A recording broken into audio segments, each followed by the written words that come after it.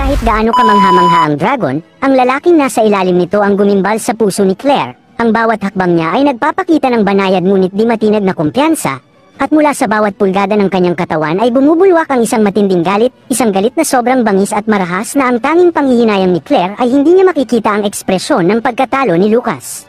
Sa huli, si Glory ay sugatan at pilit na bumabangon. Iniisip ni Lucas na dahil sa elixir ni Drainev, nalampasan niya ang hangganan ng pagiging mortal, kaya't ang mga tinatawag na elite sa harap niya ay wala nang iba kundi mga langgam. Ngunit nagtaka siya kung bakit pakiramdam niya ay may matalim at nagyayelong kamay na pumipiga sa kanyang mga laman loob. Sinabi ni Lucas kay Arthur na maganda ang kanyang alagang hayop at dumating siya ng tamang oras para sa kasiyahan. Tinanong niya si Arthur kung iniisip niyang matutulungan siya ng sobrang laking butiki. Gayong ang mga kagalang-galang na propesor ng Cyrus Academy ay hindi man lang siya nahawakan. Ngunit hindi siya pinansin ni Arthur, bigla itong tumalon sa likuran niya, na tila hindi man lang niya naramdaman ang pagdaan ni Arthur, at nilagpasan lang siya na parang hangin, at diretsyong lumakad patungo kay Tess. Natakot ang mga kultista sa presensya ng dragon at hindi makagalaw sa takot. Nagalit si Lucas nang makita niyang binaliwala siya ni Arthur. Paglingon niya, nakita niyang tinitingnan ni Arthur ang pulso ni Tess. Napansin niyang tila may ipinainom na gamot kay Tess upang manatiling walang malay.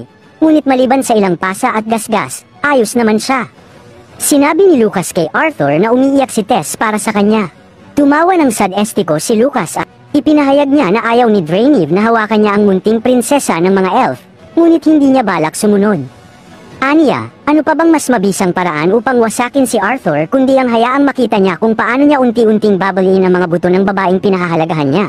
Habang siya mismo ay walang magawa, napakuyong si Sylvie ng kanyang mga pangil at naglabas ng isang napakalakas na atungal. Lumingon si Lucas kay Arthur at naisip niyang hindi pa rin siya pinapansin ito. Sinimulan niyang maglabas ng apoy at sinabi kay Arthur na babaliin niya ang bawat buto sa kanyang katawan. Kaya't ang tanging magagawa na lamang niya ay umiyak habang winawasak ni Lucas si Tessa. Biglang nakaramdam si Lucas ng matinding presyon, tila isang baliw na demonyo ang pumipilipit at sumusugat sa kanyang kaloob-looban. Nagtataka siya kung bakit ang presensyang ito ay nagbibigay sa kanya ng mas matinding takot kaysa sa mga iginagalang na propesor ng paaralan, at maging sa kanyang sariling kapatid. Sinabi ni Arthur kay Lucas na itinuring lang niya ito na parang isang putakti, hindi niya nakitang kinakailangang patayin. Ngunit kung ang putakti ay pipilihing gamitin ng kanyang tusok, kahit ang pinakamabait na santo ay papatayin ito. Nagimbal si Lucas sa matalim na tingin ni Arthur, biglang lumitaw mula sa kawalan ang napakaraming kamay na nagsimulang hawakan siya. Iniisip ni Lucas na mas malakas dapat ang kanyang kapangyarihan kaysa kay Arthur. Gaano karaming hukbo ng tao at halimaw na kaya ang napatay nito upang magkaroon ng ganitong nakakabulabog na pagnanasa sa pagpatay. Nagsimulang sumigaw si Lucas at sinabing lumayo si Arthur sa kanya. Ginamit niya ang kanyang pag-atake na Hell's Rain. Inutusan naman ni Arthur si Sylvie na protektahan si Tess. Biglang pumuti ang buhok ni Arthur at lumitaw muli ang misteryosong marka sa kanyang mukha.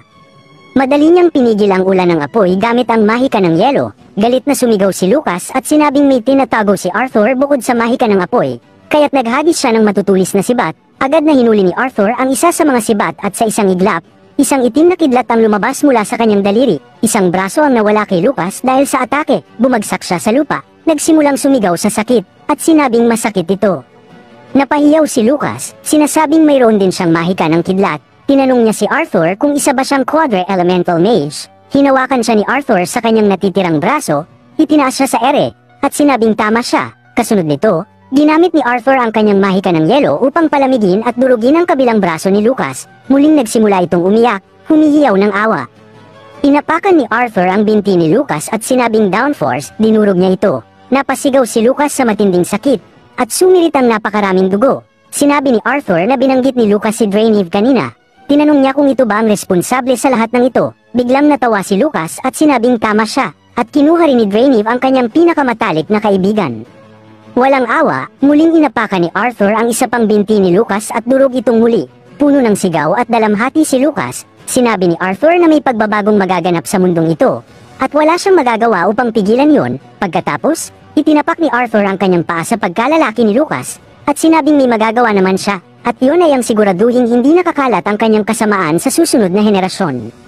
Nagsimulang magmakaawa si Lucas, humihiling na patawarin siya ni Arthur. Sinabi ni Arthur na maaaring magtagal ang kanyang pagdurusa magpakailanman. Gumamit siya ng downforce at tuluyang dinurog ang ari ni Lucas. Sa kanyang isip, Napagtanto ni Arthur na matagal na niyang hindi nararamdaman ang mga titig ng mga tao sa harap ng isang nakamamanghang kapangyarihan, takot, pagkagulat, paghanga, nakalimutan niya kung gaano ito kalungkot. Biglang bumalik si Arthur sa normal, sa kanyang paghihingalo, biglang nagsalita si Lucas, "Kuya." Nagulat si Arthur sa presensya ng isang tao, paglingon niya, nakita niyang dumating si Lance Baron, kasama ang dalawa pang lances. Galit na galit si Lance Baron at agad niyang inatake sina Sylvie at Arthur gamit ang kidlat. Sinabi ni Arthur kay Sylvie na lumayo, ngunit tinamaan siya ng atake at tinangay siya palayo. Nag-alab sa galit si Sylvie at sumugod upang labanan si Lance Baron. Ginamit ni Lance Bear ang mahika ng yelo upang atakihin si Sylvie, habang ang isa pang Lance ay gumamit ng mahika ng lupa upang lumikha ng napakaraming estatwa at tulungan ang mga estudyanteng makatakas. Sugatan si Arthur dahil sa atake ng kidlat. Sa isip niya, iniisip niyang kung kaya ko lang bumalik sa aking ikalawang anyo. Dumating si Lance Baron malapit kay Arthur at sinabi, ang kamatayan ay hindi sapat para sa mga kagaya niya upang gawin ng isang ganitong kasuklam-suklam na bagay sa isang Wykes, sa kanyang kapatid. Naghahanda na si Lance Baron na atakihin muli si Arthur, ngunit isang Lance ang humawak sa kanyang kamay at nagsabi na ang batang ito ang nagpahirap at hamiya sa kanyang kapatid bago siya patayin, at ngayon ay nagsasabing hindi siya dapat saktan. Sinabi ni Alfred na ang batang yun ang nagligtas sa lahat mula sa kanyang kapatid.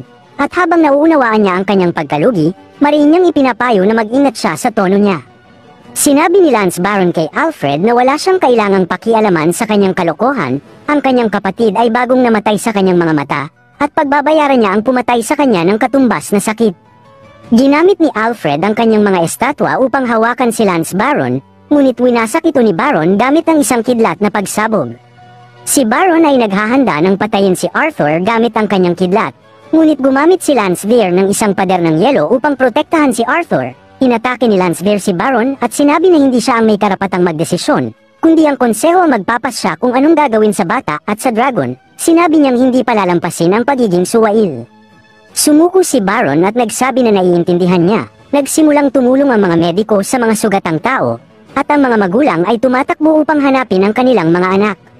Isang doktor ang naglalagay ng bendahe sa sugat ni Arthur. Tinanong ni Lance Bear kung kailangan pa ba ng karagdagang medikal na atensyon. Sumagot si Arthur na hindi, at sinabi niyang naubos lang ang kanyang mana. Sinabi ni Lance Bear kay Arthur na isuot niya ang mga posas, at sinuot niya ang mga posas kay Arthur. Naglagay din siya ng isang bagay sa dibdib ni Arthur at sinabi na hindi na siya makakatakas mula sa kanya. Sinabi ni Arthur sa kanya na gawin din ito sa kanyang bond. Tinanong ni Lance Bear kung ang dragon ba ay ang kanyang bond. Sa kanya itinaas ang mahika ng yelo ni Sylvie. Sinabi ni Arthur kay Sylvie na magbabalik loob siya sa kanyang fox form, at nagigting ang mga mata ni Sylvie kay Lance Bear. Sinabi ni Arthur sa kanya na kahit mag-away sila, hindi nila kayang talunin ang mga ito. Si Sylvie ay nagbalik loob at nagsimulang tumakbo patungo kay Arthur. Tinanong siya ni Sylvie kung ano ang mangyayari sa kanila. Sumagot si Arthur na hindi siya sigurado, ngunit magiging maayos din ang lahat. Si Arthur at Sylvie ay nakakadena. Sinabi ni Lance Bear sa kanila na sundan siya patungo sa kampo ng Mage Guild, habang naghihintay sila ng karagdagang tagubilin mula sa konseho. Ang mga tao ay nagtipon at nag-uusap tungkol kay Arthur, na pumatay sa isang mag-aaral ng maharlikang pamilya. Iniisip ni Arthur, kahit na lahat ng ito ang nangyari, patuloy pa rin ang mga tao sa pagpapalitan ng mga chismis. Nakita ni Arthur ang kanyang pamilya, at tinanong kung papayagan ba siyang makipag-usap sa kanila. Tumango si Lance Bear bilang pagsang-ayon. Nagalit si Lance Baron at humingi ng paliwanag si Lance Alfred. Sinabi niyang narinig na niya ang lahat ng mga kaganapan. Ayon kay Alfred, ginawa ng bata ang kinakailangan, kaya't itigil na niya ang pagpapalabo ng kanyang paghatol sa pamamagitan ng emosyon. Tinanong ni Alice si Arthur kung ano ang nangyari at bakit siya nakakadena. Sumagot si Arthur na may kalituhan lamang, at sinabi niyang huwag mag-alala. Sinabi ni Arthur na babalik siya agad. Nagsimula nang umiyak si Alice. Ang singsing ni Lance Bear ay nagsimulang kumislap. Sinabi ni Lance Alfred na malamang ay nakagawa na ng desisyon ang konseho. Naglabas si Lance Bear ng isang pergamino at tinawag si Arthur upang lumapit. Sinimulan niyang basahin ang pergamino at sinabi, sa kapangyarihang ipinagkaloob sa kanya ng konseho ng Deceden.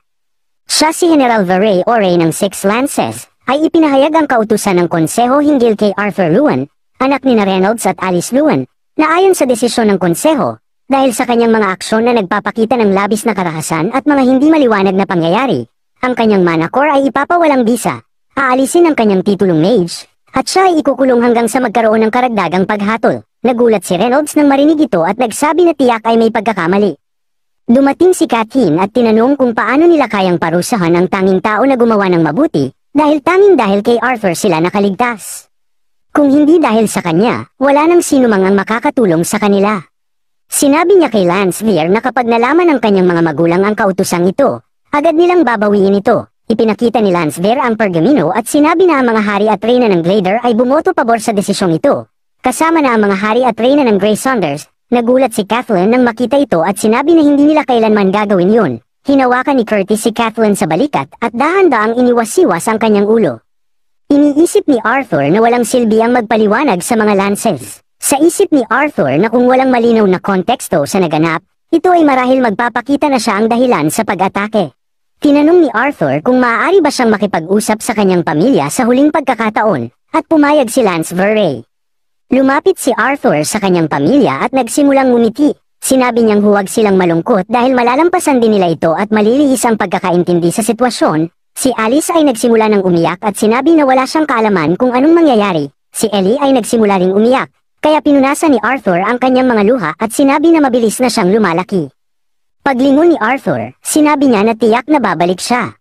Sinabi ni Reynolds na anuman ang mangyari at anuman ang sasabihin ng mga tao, palaging nakasuporta ang kanyang pamilya sa kanya. Tumingin si Arthur ng malungkot habang patuloy na umaalis palayo sa kanyang pamilya, habang hinihintay ni Arthur ang pag-uusap ni Lance Baron, Lance Veer, at Lance Alfred.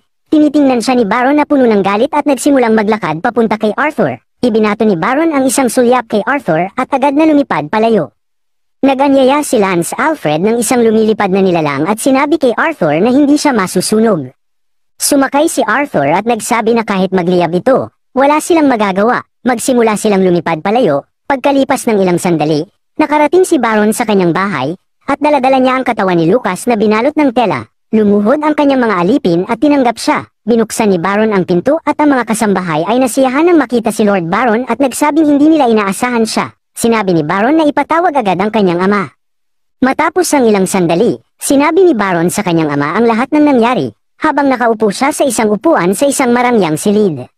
Nagalit ang ama ni Baron at nagsabing ang batang yun ay isang kahihiyan sa White's house. Tumayo siya mula sa upuan at sinabi na dapat nang mawala sa mundong ito ang batang yun dahil sa kanyang kahihiyan. Matapos lahat ng ginugol niyang sakripisyo para sa batang yun, galit na galit ang ama ni Baron sa kanya at tinanong kung bakit siya dumating dito matapos mabigo sa paghihiganti sa pangalan ng Whites. Tanong niya kung dumating siya upang dungisan ang kanyang kabalyero at ang kanilang tahanan sa katawan ng walang kwentang hangal na ito. Sinubukan ng kanyang ama na sampalin si Baron, ngunit agad hinawakan ni Baron ang kamay ng kanyang ama at sinabi na mag-ingat siya. Lance siya, sabi ni Baron, binunot ng kanyang ama ang kamay at sinabi na tila napakatapang na ni Baron ngayon. Pero siya'y Lance lamang dahil siya ay isang Whites. Sinabi ni Baron sa kanyang ama na ayon sa mga pahayag ng mga saksi, si Lucas ay nangharas at nagpahirap sa paaralan. At sinabi pa niya na si Lucas ay naging isang bangungot sa paaralan, kasama ang isang pangkat ng mga kasapi ng isang kulto, na pinamumunuan ng isang lalaking tinatawag na Drayniv. Ang batang pumatay kay Lucas ay ginawa ito ng walang pag-aalinlangan at sa isang brutal na paraan. Pinag-isipan ito ng kanyang ama sandali at sinabi na maaari pa rin silang makaalis sa sitwasyong ito. Tinawag niya ang kanyang secretary na si Adeline. Pumasok sa silid ang isang dalaga na may hawak na notepad at nagsabing, "Opo, Ginoo." Iniutos niya na iparating kaagad ang isang mensahe sa konseho ngayong gabi. Ang mensahe ay patungkol sa nakalulungkot na pag-atake sa Cyrus. Ang mahal niyang anak na si Lucas Whites, na nasa ilalim ng impluwensya ni Drayniv, ay walang ibang pagpipilian kundi sumunod sa kanyang utos o mawalan ng buhay. Isang batang inosente na napilitang gawin ang ganoong desisyon, masakit sa puso niyang isipin, ngunit ang kanyang anak, isang biktima, ay namatay sa isang labis at malupit na paraan sa kamay ng isang tampalasan na hindi karapat-dapat mabuhay sa kanilang lipunan.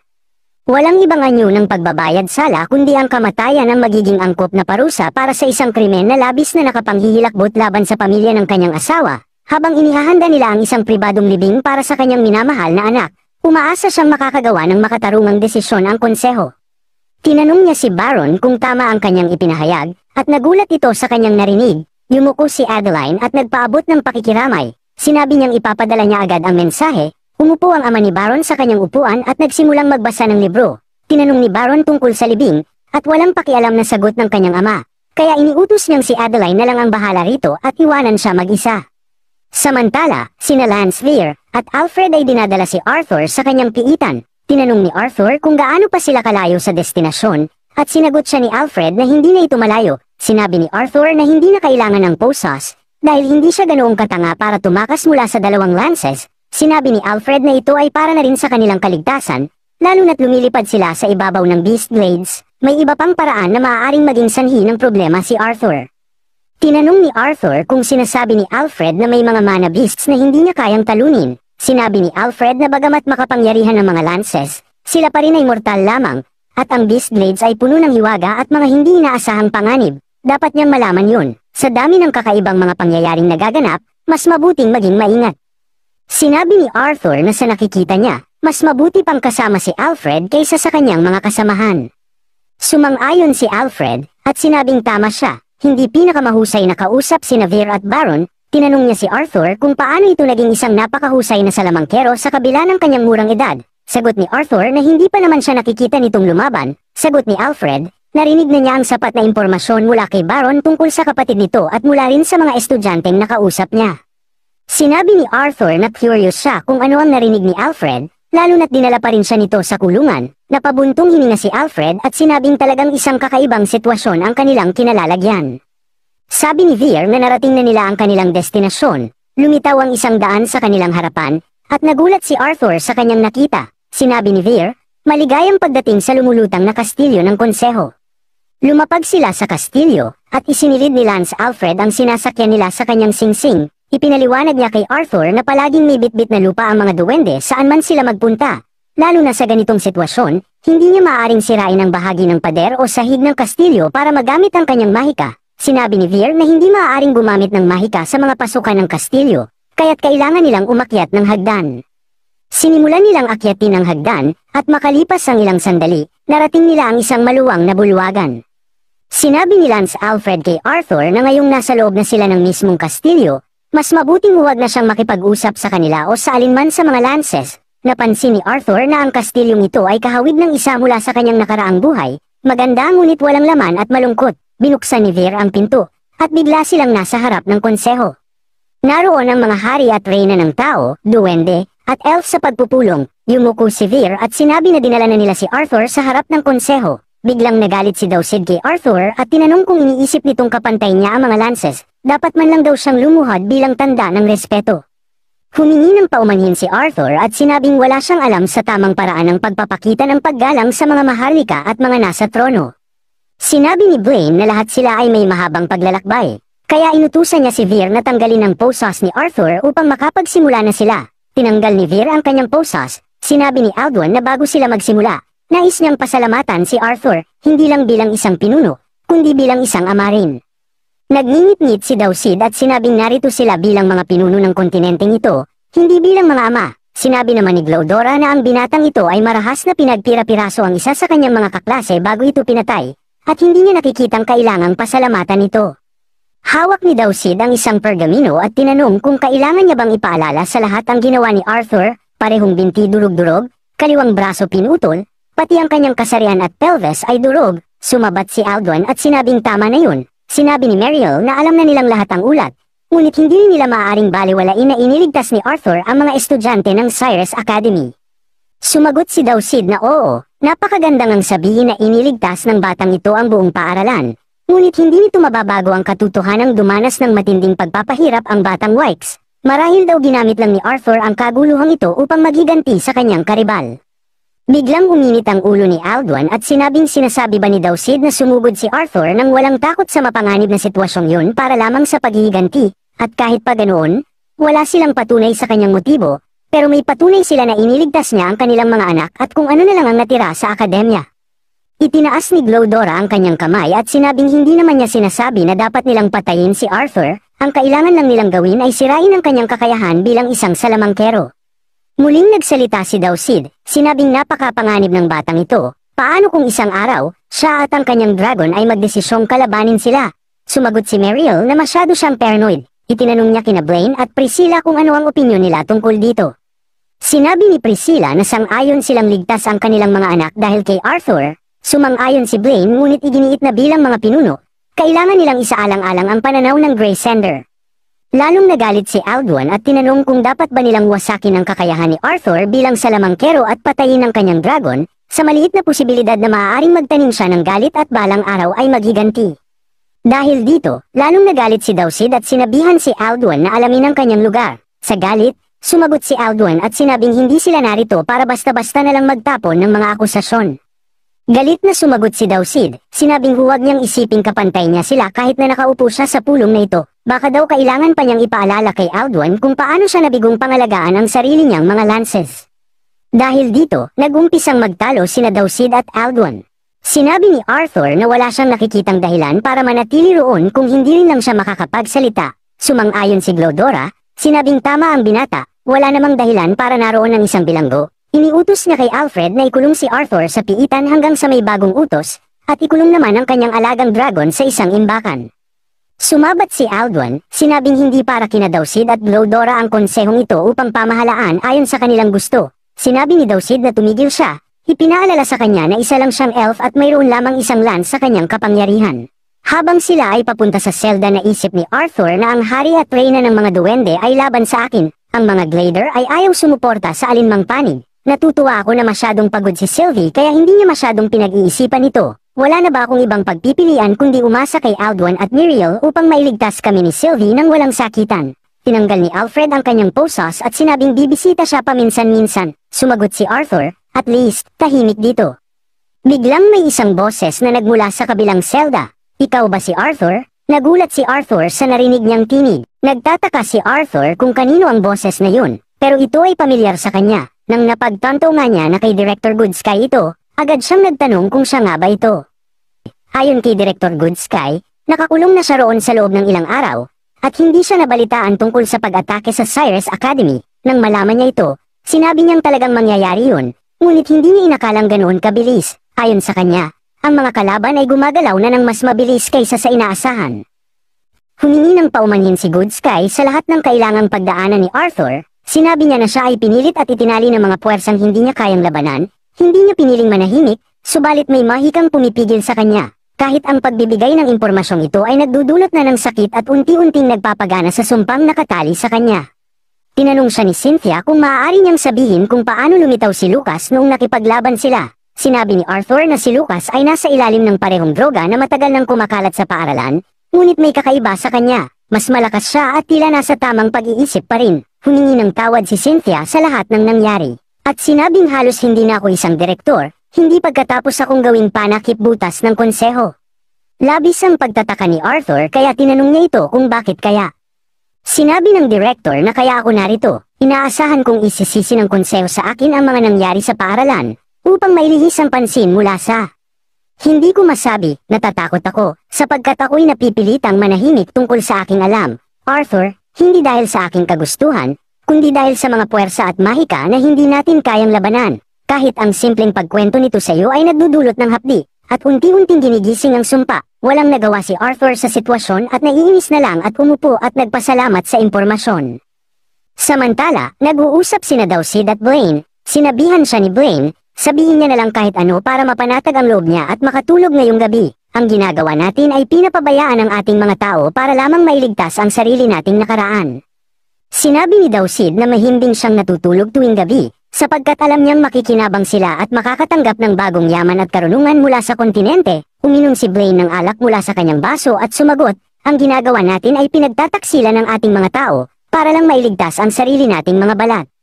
Tugon ni Dausid na ang kontinenteng ito ay nakatakdang mawasak, wala nang matitirang mga tao para ipagkanulo. Tinitigan ni Blaine ang kanyang refleksyon sa baso ng alak at tinanong kung napagtanto na ba ni Dausid na ipinagkakanulo nila ang buong populasyon. Sinabi ni Dausid na yun ang kanilang kasunduan, kung may pag-asa pa silang magkaroon ng kinabukasan para sa kontinente, kailangang bumalik si Arthur at ang kanyang dragon sa kanilang pinagmulan. Nag-init ang ulo ni Blaine at sinabing ang batang tinutukoy ni Dausid ay ang parehong batang nagligtas sa buong susunod na henerasyon ng kontinente, kasama na ang kanyang sariling mga anak. Sinabi ni Dausid na wala namang magiging hinaharap na henerasyon kung hindi siya papabor sa kanya. Naubos ni Blaine ang alak sa kanyang baso at sinabing alam niya ang kanilang kasunduan, kaya't makakaasa si Dausid na ibibigay niya ang kanyang boto, ngunit hindi siya dapat magsalita ng walang basihang akusasyon. Galit na umalis si Dausid, sinabing akala niya ay may kasunduan sila. Naiwang nag-iisip si Blaine, noon pa man, nais niyang ipagmalaki siya ng kanyang mga ninuno.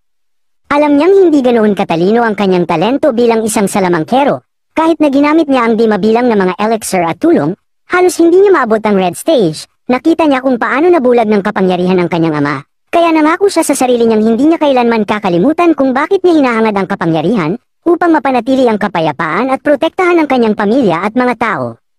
Muling uminom si Blaine ng alak at naisip na walang halaga sa kanya ang kayamanan, hindi tulad ni Dawsid. Naniniwala siyang ang sakripisyo ni Arthur ay para sa ikabubuti ng kontinente. Nagtanong siya sa sarili kung malas lang ba talaga si Arthur na masangkot sa ganitong sabuatan. Tumawa si Blaine at sinabi na gusto kong maniwala na ang iyong sakripisyo ay para sa ikabubuti ng kontinenteng ito. Oo, ito ay para sa higit na kabutihan, para sa aking higit na kabutihan, at sa huli mas pumanig si Blaine sa kapalaran ni Arthur sa halip na tulungan niya ito. Samantala, nakita ni Arthur ang isang kastilyo na pinaliligiran ng maraming uwak sa himpapawid. Nagtaka siya kung bakit napakaraming uwak doon at ano ang kanilang kinakain. Sinimulan niyang akyatin ng pader, ngunit may kakaibang pakiramdam siyang nararamdaman. Nang lumingon siya, nakita niya ang ilang ulo na nakatarak sa mga sibat. Laking gulat niya nang mapansin niyang gumagalaw ang mga ito. At nakita niya ang mukha ng kanyang mga magulang, si Ellie at si Tess. Napasigaw si Arthur at biglang nagising mula sa bangungot. Nanginginig siya habang naupo. Ngunit agad siyang kinilabutan nang mapansin niya ang isang pigira sa loob ng piitan. Inabot ng estranghero ang isang liham sa kanya bago umalis. Binuksan ni Arthur ang liham at nagsimulang magbasa. Nakasaad doon na natatakot ang sumulat, sapagkat ang saklaw ng insidenteng ito ay mas malalim at mas madilim kaysa sa nakikita sa ibabaw. Wala na siyang gaanong oras, dahil malapit nang ideklara ng konseho na siya at si Cynthia Goodsky ang mga may sala sa teroristang pag-atake. Narinig niyang nag-usap sina Haring Glader at Dawsid, pinaplano nilang ibigay siya ng buhay sa isang tao. Ipinadala na rin ng sumulat ang kanyang ama upang iligtas ang kanyang pamilya at itago sa isang ligtas na lugar. Ginawa na niya ang lahat para kay Tess, ngunit ito na lamang ang kaya niyang gawin para kay Arthur sa ngayon, at nagsulat ng liham ay si Aldwin. Habang tinatapos niya ang pagbabasa, biglang naglaho ang liham. Biglang may narinig siyang mga yabag. Nang lumingon siya, nakita niya si Lance Baron na nakatayo sa labas ng kanyang selda. Sinabi ni Baron na hinihintay na siya ng konseho. Habang inilalabas siya papunta sa silid ng pagpupulong, ngumiti si Baron at sinabing sabik siyang makita ang paglilitis. Dagdag pa niya, kapag nakulong na si Arthur, sisiguraduhin niyang pakikitunguhan niya ang pamilya nito sa parehong paraan na tinrato ng kanyang kapatid. Tinanong ni Arthur kung seryoso ba itong nakikipag-away sa isang 13 taong gulang. Biglang hinawakan ni Baron ang kwelyo ni Arthur at sinabing hindi ito nauunawaan ang mangyayari sa kanya. Sagot naman ni Arthur, namamangha siya na ang dakilang Lance Baron ay nagbabanta sa inosenteng pamilya bilang paghihiganti para sa kanyang baliw na nakababatang kapatid, na siya mismo ang pumili na pumatay ng mga estudyante at lumihis patungo sa madilim na landas. Sa galit, itinulak ni Baron si Arthur, tumama siya sa pinto, na bahagyang bumukas. Mula sa loob, may narinig silang tinig na nag-anunsyo, si Cynthia Goodsky ay hinatulan ng pampublikong pagbitay. Nanlaki ang mga mata ni Arthur sa narinig. Nakita niyang hinihila na ng mga bantay palabas si Cynthia. Dinala siya sa harapan ng konseho, at binuksan ni Dawsid ang isang kasulatan. Ipabatid sa lahat na naging maawain ang konseho, aniya, bagamat ang kanyang mga aksyon ay maaaring tumawag para sa kamatayan sa ibang pagkakataon, na pagkasunduan, na yamang ginawa niya ito para sa mas mataas na kabutihan. Ang kanyang hatol ay ang mga sumusunod, si Arthur Lewin ay aalisan ng kanyang titulo bilang isang salamangkero, pati na rin ang lahat ng benepisyong kaakibat nito. Siya ay ikukulong ng walang tiyak na panahon. Tinanong ni Dawsid si Arthur kung mayroon siyang nais sabihin. Tumingin si Arthur at nagtanong, ano ang ibig ninyong sabihin sa hanggang sa karagdagang abiso? Sumagot si Blaine, babantayan namin ang mga biktima ng insidente at ang kanilang mga pamilya. Kapag lumipas na ang ingay ng mga pangyayari sa isip ng publiko, saka ka namin palalayain. Isipin mo ito bilang isang pansamantalang detention, sa halip na panghabang buhay na pagkakakulong. Sinabi ni Arthur na patas naman yun at tinanong kung ano ang mangyayari sa kanyang bond. Malakas na pinukpok ni Glodora ang kanyang kamay sa mesa at sinabi, napakabait na ng konseho sa pagbibigay sa kanya ng pagkakataong mabuhay, dapat pa nga siyang magpasalamat, ngunit humihingi pa siya ng higit pa. Ipinaliwanag ni Alduin kay Arthur na ang pagkawala ng kanyang mga karapatan bilang isang salamangkero ay nangangahulugan na hindi na rin niya maaaring panatilihin ang kanyang kasunduan. Sumagot si Arthur na nauunawaan niya ito. Sa kasiyahan, sinabi ni Dawsid kay Arthur na ang kanyang alagang hayop ay nasa mabuting kamay. Alam ng konseho na ang isang nilalang na kasing lakas nito ay nangangailangan ng isang salamangkero na kasing lakas din. Inutusan ni Blaine si Baron na dalhin si Arthur sa kanyang selda at panatilihing nakagapos. Hinatak ni Baron si Arthur palayo, at habang dinadala siya, naisip ni Arthur na walang duda, Masaya ang mga Grey Sunder na tumulong sa Vitra. Pagdating sa selda, itinulak siya ni Baron papasok, isinara ng malakas ang rehas, at saka umalis. Napabuntong hininga si Arthur at inisip na hindi naman ito ganoon kasama. Basta't hindi niya papansinin ang mga bakal na rehas, mas mabuti pa ito kaysa sa puting silid na dinalhan sa kanya noon. Biglang lumitaw si Winsome mula sa likuran at sinabi, mukhang inaasahan na niya ito. Sumagot si Arthur, matagal na niya itong hinihintay. Karga ni Winsome si Sylvie sa kanyang mga bisig.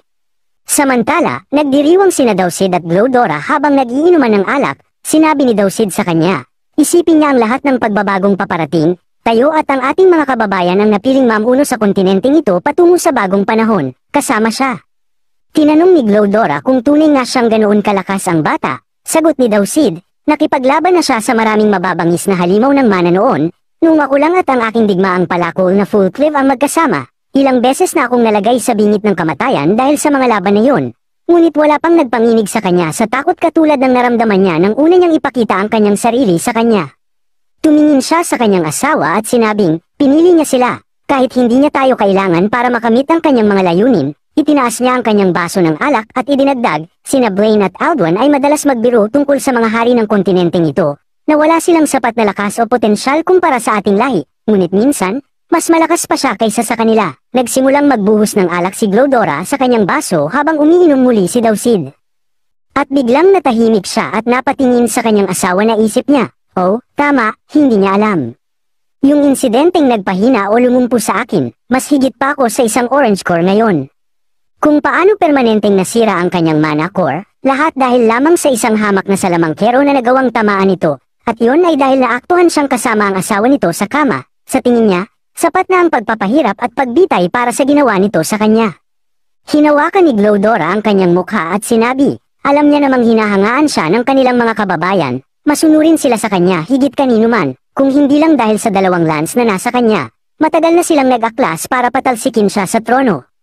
Sinabi ni Glodora, papatayin nila ang sinumang magtatangkang gawin yun, dahil nasa kanya ang kapangyarihan, ang mga lance, at ngayon, siya ay nasa kanilang panig. Nagsimulang tumawa si Dausid at sinabing tama siya. Umakyat siya sa ibabaw nito at sinimulang halikan nito. Biglang may sumira sa pinto. At nagtanong si Dausid kung sino ang naglakas loob na pumasok ng ganoon. Isang lalaking may pilak na buhok at isang mata sa kanyang noo ang pumasok sa silid at bumati. Hawak niya sa leeg ang isang bantay na may butas sa kanyang dibdib. Nagsimulang sumigaw si Dausid at tinanong kung alam ba nito kung sino siya. Isang malakas na enerhiya ang nagsimulang lumabas mula sa mata sa kanyang noo. Sinabi ng lalaki na sila ay isang peste na inutusan siyang alisin. Isang matinding pagsabog ang naganap. Dumating si Lance Alfred sa eksena at hinarangan ang pag-atake. Humingi siya ng paumanhin sa hari at reyna, at sinabing hindi makakatakas ang nanghimasok. Sinabi ng lalaking may pilak na buhok na hindi niya nais ang hindi kailangang pagdanak ng dugo. Ang pakay niya lamang ay ang Grey Saunders. Sumagot si Alfred na hindi niya ito makukuha at agad siyang umatake. Hinampes ni Alfred ang lupa at sinabing, Magma Knights, lumitaw ang mga kabalyero sa paligid niya at sinimulang salakayin ng lalaki, ngunit iwinasiwas lamang nito ang kanyang kamay at madaling winasak ang mga ito. Sinabi ni Alfred, ipagkaloob sa kanya, impyernong baluti, at nabalot ang kanyang buong katawan ng pulang makapangyarihang armor. Sumugod si Alfred at sinubukang suntukin ang lalaking may pilak na buhok. Ngunit hindi ito tinamaan, pinatalsik siya ng lalaki gamit ang malakas na puwersa. Tumama si Alfred sa isang haligi at bumagsak sa lupa. Sinabi ng lalaki kay Alfred na kahanga-hanga ang kanyang kakayahan para sa isang mababang nilalang. Idinagdag niya na maaaring maging kapaki-pakinabang ang kanyang kapangyarihan sa hinaharap ng kontinenteng ito. Sa isang iglap, biglang lumapit ang lalaki kay Alfred at itinutok ang daliri sa kanyang ulo, pagkatapos ay pinasabog siya ng isang makapangyarihang enerhiya. Pagkatapos nito, ibinaling niya ang kanyang pansin kay Grey Saunders at nagpaumanhin sa kanila sa pagpapahintay. Biglang lumitaw ang isa pang lance mula sa likod at umatake. Ngunit naiwasan niya ang pag-atake. Sinabi ni Lance Micah ay humihingi ng paumanhin sa kanyang pagdating ng huli. Sinabi ni Dausid kay Micah na muntik na siyang mapatay. Muling sumugod si Micah upang umatake. Ngunit naiwasan niya ito at tinanong kung yun na ba ang kanyang limitasyon. Gumamit siyang muli ng isang daliri upang magpakawala ng enerhiya at itinapon si Micah palayo. Nakaluhod si Dausid habang si Glodora ay nagsabing, kapag ang aking asawa ay naging bagong kanang kamay ni Agrona, ng Vitra, isang makapangyarihang Diyos. Biglang hinawakan ni Dausid ang ulo ng kanyang asawa at pinayuko ito sa harapan ng lalaki. Sinabi ng lalaking may puting buhok, walang mga Diyos sa mundong ito, tanging mga Azur lamang. Nagsimulang magmakaawa si Dausid, na gagawin niya ang kahit ano, ngunit sinabi ng lalaki na si Agrona ay nabigong pumili ng kanyang mga tauhan ng may tamang pag-iingat. Sinabi ni Dausid na hindi niya kailanman nakilala si Agrona, at tinawag lamang niya ito matapos bantaan ang kanyang asawa at bayan. Sinabi ng lalaki kay Dausid na pakawalan ang dalawa niyang lance mula sa kanilang panunumpa. Nang nakita ng lalaki na nagdadalawang isip ito, tinanong si Dausid kung may problema ba yun, at nagbigay ng pressure sa kanya. Kaya sinabi niya na, syempre hindi, at sa isip niya na lagi akong tinuruan na ang panata ay hindi dapat bawiin kailanman, ngunit nakataya ang aking buhay. Inalis niya ang kanyang kwintas at pinutol ito, pagkatapos ay nagsabing, pakawalan siya ngayon. Nang pagkatapos na pinalaya ang mga lance, ay walang awa pa rin silang tinapos nito sa isang iglap ang reyna at hari ng mga duwende ay namatay, dahil sa kanilang pagkagahaman. Pagkatapos ay nagsimula na ang laro ng chess. Lumingon si Arthur, sakto ang pagdating niya habang nakatayo roon si Winsome na mahimbing na natutulog si Sylvia sa kanyang mga bisig. Binigay ni Winsome si Sylvie kay Arthur at nagpasalamat si Arthur sa kanya. Sinabi ni Winsome kay Arthur na pinahuli niya ang kanyang sarili at si Lady Sylvia, agad-agad, at hindi lang basta kanino, kundi sa mga kasamahan ni Vitra. Ang ginawa niya upang iligtas ang akademya ay kapuri-puri, ngunit dapat inuuna niya ang kanyang sarili kaligtasan at kay Sylvie. Tugon ni Arthur na may mga buhay na mas mahalaga kaysa sa sarili niyang buhay. Ang prinsesang elf ba ang tinutukoy niya, sabi ni Winsome. Umiling si Arthur na hindi lang para sa kanya, kundi para rin sa kapakanan ng disciplinary committee at ang sa kanyang matalik na kaibigan. Sabi ni Winsome na ang nagawa ay hindi na maaaring baguhin pa, ngunit may isang bagay na hindi pa rin niya maintindihan. Bakit kinuha ng tagapag-organisa ng insidenteng ito ang kanyang kaibigan? Napaisip si Arthur na wala siyang ideya, ngunit ngayong andito na siya para makalabas na siya at upang hanapin si Elijah kung saan siya dinala at biglang naputol ang sinabi ni Arthur. Tinanong siya ni Winsome kung ano ibig niyang sabihin. Kung nagpaplano na ba siyang sagipin si Elijah, dapat niyang malaman na may natuklasan sila sa kanilang investigasyon. Dinala nila ito pabalik. Nagtanong si Arthur kung saan binalik nila si Elijah. Tugon ni Winsome na ibinalik nila ito sa Alecria. Umupo si Arthur at napabuntong hininga na nag-alala sa sitwasyon ni Elijah. Sinabihan siya ni Winsome na hindi pa nga siya nakaalis sa lugar na ito, pero gusto muna siyang sagipin para itong pagpapakamatay.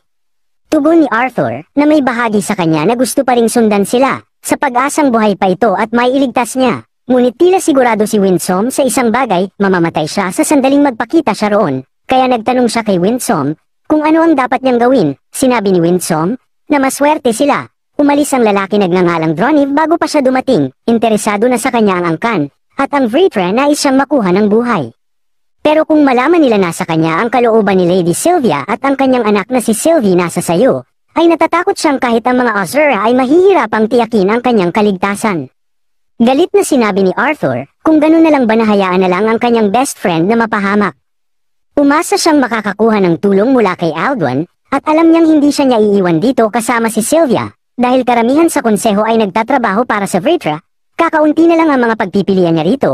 At idinagdag na hindi siya maaaring magtago kasama ang kanyang pamilya, dahil madaling masusundan siya ng mga lances gamit ang bakas ng mana, at hindi siya makapagtago sa mga masukal na halamanan ng halimaw nang hindi siya natutunto ng mana beast. Lumapit siya kay Winsome at nagtanong kung ano ang ipinapayo nitong gawin niya. Huminga ng malalim si Winsome, na sa palagay niya, habang nakakulong siya sa seldang ito ay nagkaroon siya ng panahon upang pag-isipan ang kanyang sitwasyon. Paliwanag ni Arthur na masyadong malapit ang mga duwende sa Vitra, at habang ang mga glider ay sumasayaw sa mga kumpas nila, ngunit ginagawa nila ito ng may pag-aalinlangan, tumango si Winsome at sinabing kahanga-hanga at kailangan na nilang umalis dito. Biglang dumating si Byron at napaisip kung paano siya nakapasok sa selda, kung kasabwat ba siya ng ibang mga nanghihimasok. Sumagot si Winsome ng oo na may kalmadong reaksyon. Habang si Byron ay naglabas na ng matinding enerhiya, at sabi niya na wala nang kailangang pag-usapan pa. Sabay umatake ng isang flash ray patungo kay Winsome, na ikinagulat ni Arthur ang pangyayari. Tumayo lang si Winsome na gamit ang kanyang mahika, sa sandaling yun ay natupok siya ng apoy ni Byron, ngunit biglang nagsalita si Winsome, na ikinagulat ni Byron ang kanyang nakita, ay madali lang pinawi ni Winsome ang mahika ni Byron gamit lamang ang isang kamay. Sinabi niya kay Byron na wala nang dahilan para lumaban pa. Nagngangalit si Byron at muling naghanda ng pag-atake, ngunit sinabi ni Winsome na tama na, at iniutos kay Byron na lumuhod gamit ang kanyang mahika. Agad na bumagsak si Byron sa lupa, na tila tinulak ng isang hindi nakikitang puwersa. Dumating si General Vir at sinabing tumigil na si Byron, Tumayo si Baron at sinabing hindi niya maintindihan. Ipinaliwanag ni Veray na si Winsome ay isang deity at hindi basta-basta maaaring kausapin ng walang galang. Yumuko si Lance Veray at humingi ng tawad. Tinawag siyang isang dakila at ipinaabot ang mensahe ng kanilang hari na mapagpakumbabang humihiling ng kanyang presensya. Makalipas ang ilang sandali, dumating sina Winsome at Arthur sa silid pulong. May isang lalaking may puting buhok na nagsimulang magsalita.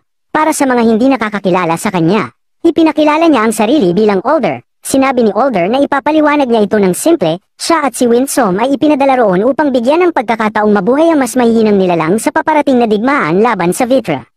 Sinabi ni Alduin na gaya ng kanilang kinatatakutan, ang digmaan ay paparating na. Dagdag ni Alder, isinagawa na niya ang unang hakbang sa pag-aalis ng mga tiwaling Grey Saunders ay nalipol na, at ang kanilang mga lances ay nasa ilalim na ng kanyang kontrol. Tumingin si Alder kay Blaine at sinabing na pagpasyahan nilang palampasin ang anumang maling desisyon na maaaring nagawa noon.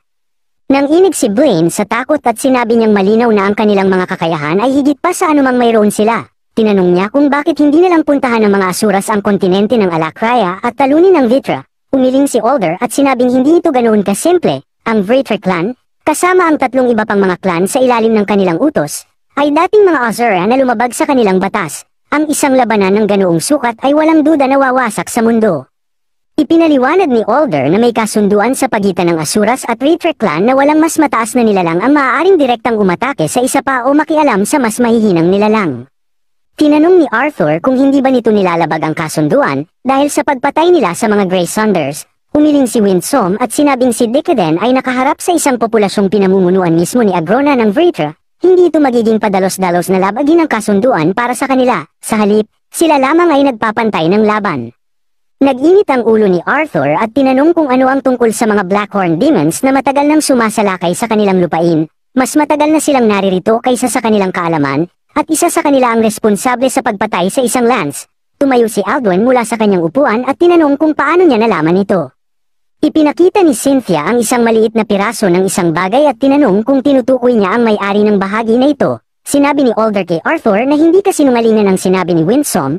Hindi siya isang simpleng nilalang. Ipinaliwanag niya na ang mga nilalang na palihim na pumapasok sa kontinente ay hindi mga Azura.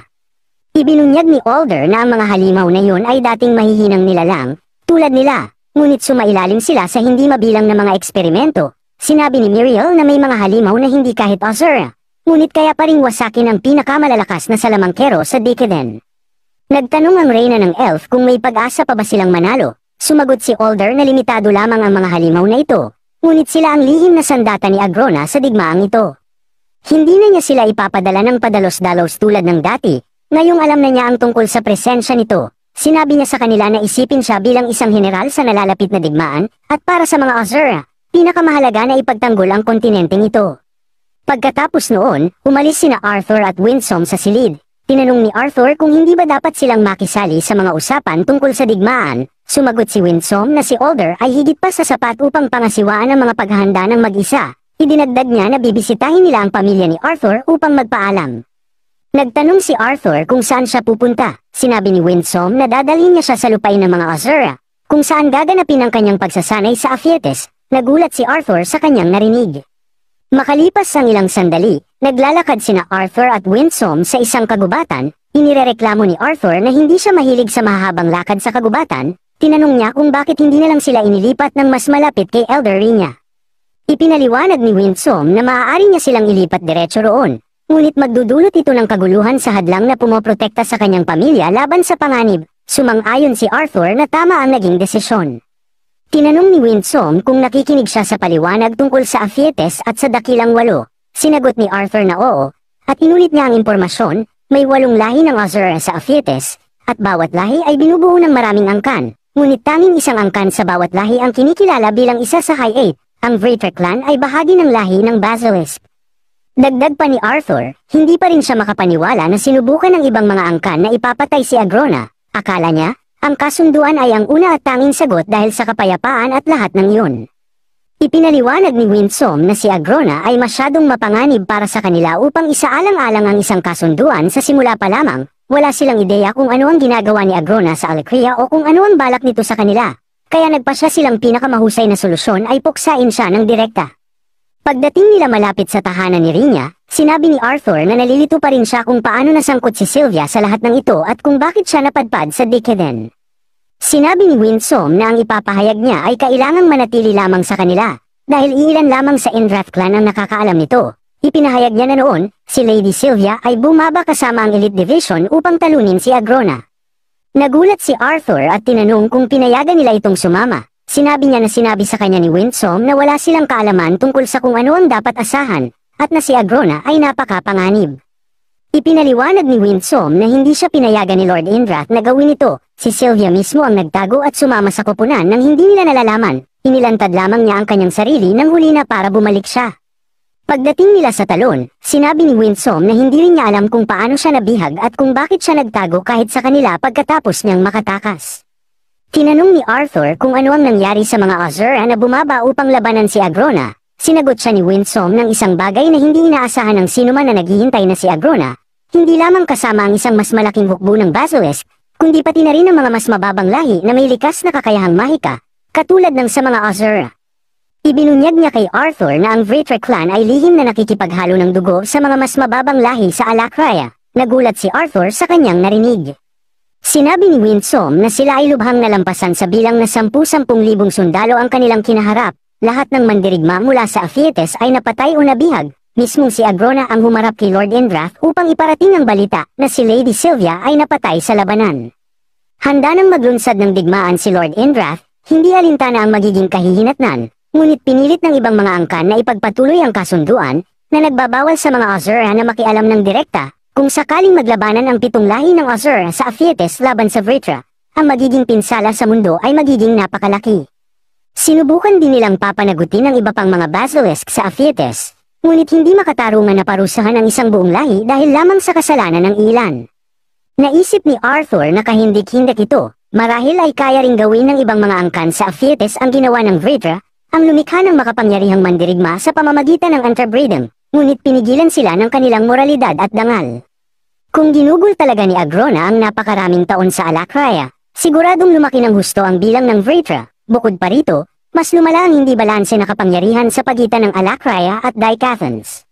Tinanong ni Arthur kung ang 6 na sinaunang artifact na ibinigay sa mga tao ng Daicathans ay para lumikha ng mas patas na labanan. Sumagot si Winsome na ipinasa ang mga artifact upang magbigay ng mas patas na laban sa digmaan.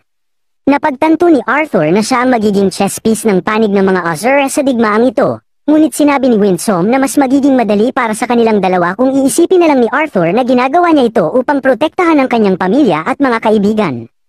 Tinanong ni Winsome kung napag-isipan na ni Arthur kung paano niya ipapaalam ang balita sa kanyang mga magulang. Tumango si Arthur bilang pagsang-ayon.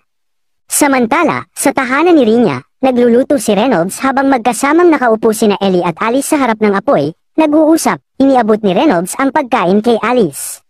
Dumating si Arthur at sinabi na mabango ang niluluto ni Reynolds. Tinanong niya kung may sapat bang pagkain para sa kanya. Biglang nagsitakbuhan ang lahat papunta kay Arthur at niyakap siya. Tinanong ni Ellie si Sylvie kung kumusta na siya.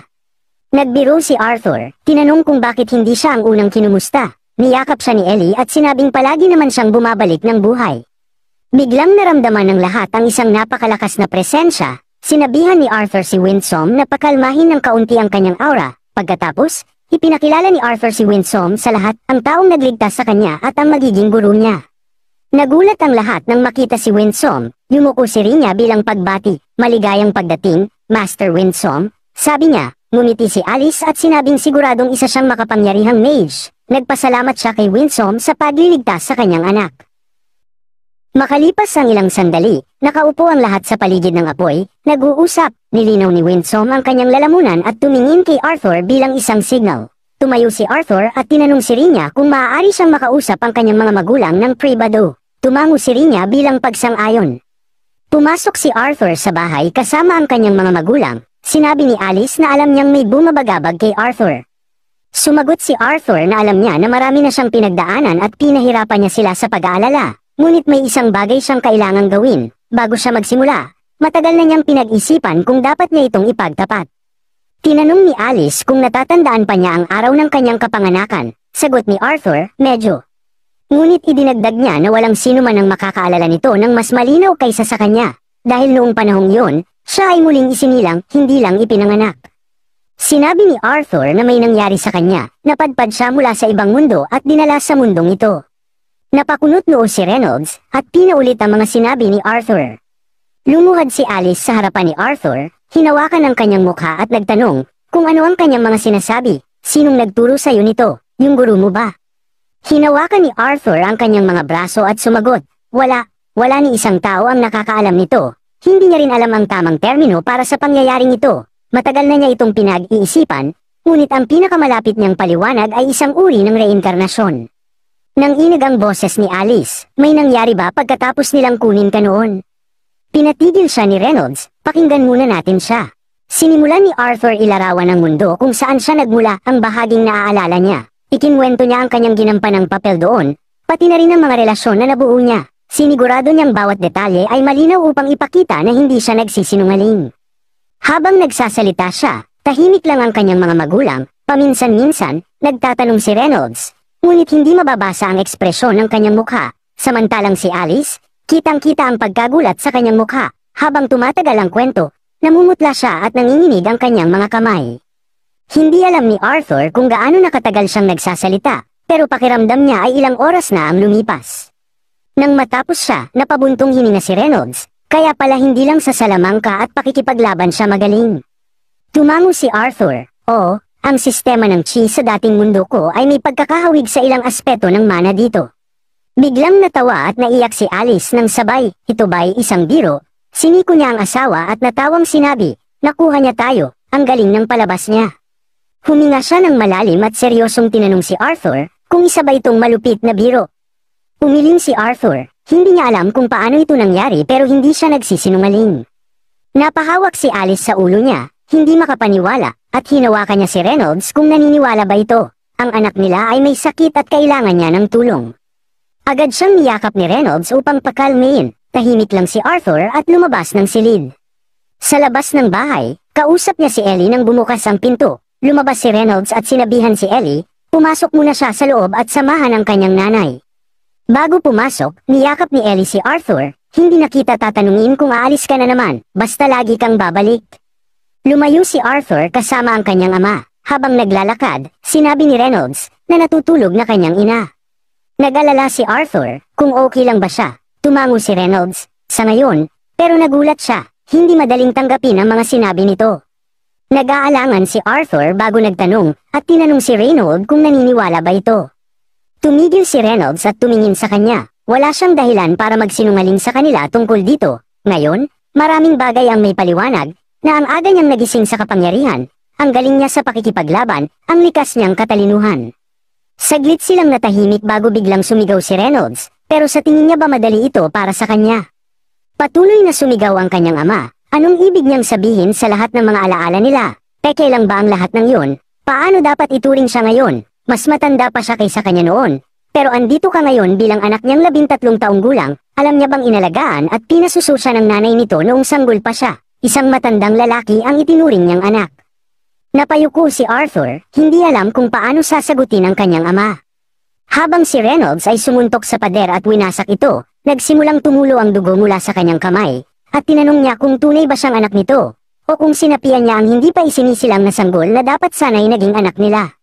Sinabi ni Arthur na maaaring pinalitan nga niya ang sanggol na dapat sana'y naging anak nila, ngunit hindi niya alam kung paano gumagana ang prosesong nagdala sa kanya rito. Ayaw na niyang ipagpatuloy ang pagtatago ng katotohanan ito mula sa kanila, ngunit ngayon, tinatanong niya ang sarili kung tama ba ang kanyang naging desisyon.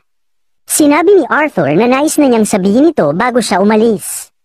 Tinanong ni Reynolds kung aalis siya, at sinagot siya ni Arthur na sa tingin niya, sa kasalukuyang sitwasyon, mas makabubuti kung magkahiwalay muna sila ng ilang panahon.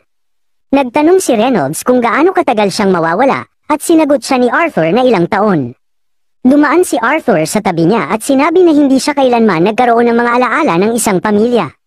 Lumaki siya sa isang mundong walang tunay na nagmahal sa kanya, na naging dahilan upang maging isang walang kapantay na mandirigma, ngunit isang masamang tao. Ngunit mula nang dumating siya sa mundong ito, sina Reynolds, Alice, at kalaunan si Ellie, ay nagturo sa kanya ng isang bagay na hindi niya kailanman nalaman. Maaaring hindi siya ang pinakamalakas na mandirigma o salamangkero sa mundong ito, ngunit isa siyang mas mabuting tao ngayon kaysa sa kung ano siya sa kanyang nakaraang buhay. May luha sa mga mata ni Arthur habang sinasabi niyang humihingi siya ng paumanhin sa sakit na naidulot niya, at nagpapasalamat siya kay Reynolds sa pagtulong sa kanya upang maging isang mas mabuting tao. Nagsimulang umiyak si Reynolds, bumagsak ang luha mula sa mukha ni Arthur, at nagpasalamat siya kay Reynolds sa pagmamahal nito sa kanya. Umalis si Arthur at bumalik kay Winsome. Tumayo si Winsome at nagtanong kung tapos na siya. Kinuha ni Arthur si Sylvie at sinabing dapat na silang umalis. Tinanong siya ni Rina kung hindi ba siya magpapaalam sa kanyang pamilya. Sinabi ni Arthur na hindi na kailangan, at yumuko siya bilang pasasalamat kay Rina sa pag-aalaga sa kanyang pamilya. Paalis na si Arthur, ngunit pinigilan siya ni Rina at sinabing nakakatakot ang kanyang ekspresyon, hindi ito nararapat sa isang taong may mabuting puso katulad niya. Alam niyang napakabigat ng mga laban na darating sa kanya, ngunit pinayuhan siyang huwag bumalik sa dati niyang pagkatao. Nagulat si Arthur sa narinig. Sinabi sa kanya ni Rina na habang mas lumalalim siya sa madilim na landas na iyon, mas mahihirapan siyang bumalik. Inilagay ni Winsome ang isang patak ng kanyang dugo sa isang bagay sa lupa at nagsimulang lumabas ang liwanag. Tinanong ni Arthur kung may mali ba sa kanyang ekspresyon. Sumagot si Winsome na ang kanyang ekspresyon ay nagpapaalala sa kanya ng mga pantheon ng Aphietes, ang sanglahi na mahuhusay na mandirigma na natutong isara ang kanilang damdamin upang makipaglaban ng mas epektibo. Sinabi ni Winsome kay Arthur na kakailanganin niya ang kanyang buong konsentrasyon pagdating nila sa Aphietes. Sinabi ni Arthur na handa na siya, at sabay silang lumapit sa portal. Samantala, kinamumuhian ni Reynolds ang kanyang sarili sa nangyari. Isang bahagi ng kanyang puso ang nagnanais na sinabi niya kay Arthur na ayos lang, na pamilya pa rin siya. Ngunit isang mas malaking bahagi niya, isang bahagi na labis niyang kinamumuhian, ang naghangad na sana ay hindi na lang ito inamin ni Arthur.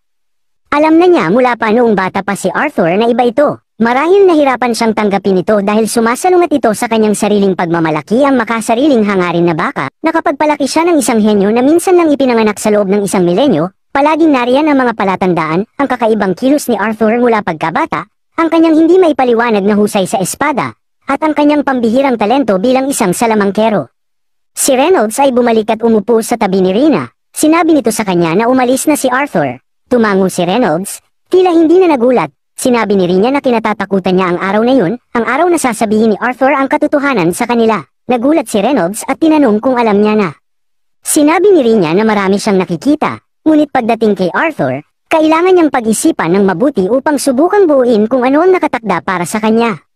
Sumagot si Reynolds na hindi na siya bata, ngunit sinabi ni Rina na sa paningin niya, isa pa rin siyang bata.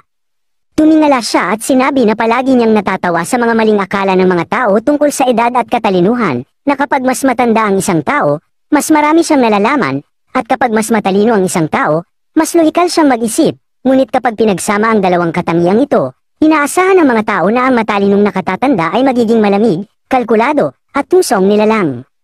Tinanong ni Rina si Reynolds kung itinuturing niya siyang ganoon. Agad namang sumagot si Reynolds na hindi, ngunit hindi niya alam kung ano ang kinalaman nito kay Arthur. Itinanong ni Rina kung hindi ba niya hinangad na sana ay hindi na lang nagsalita si Arthur, upang mas madali para sa kanya na manatiling walang alam.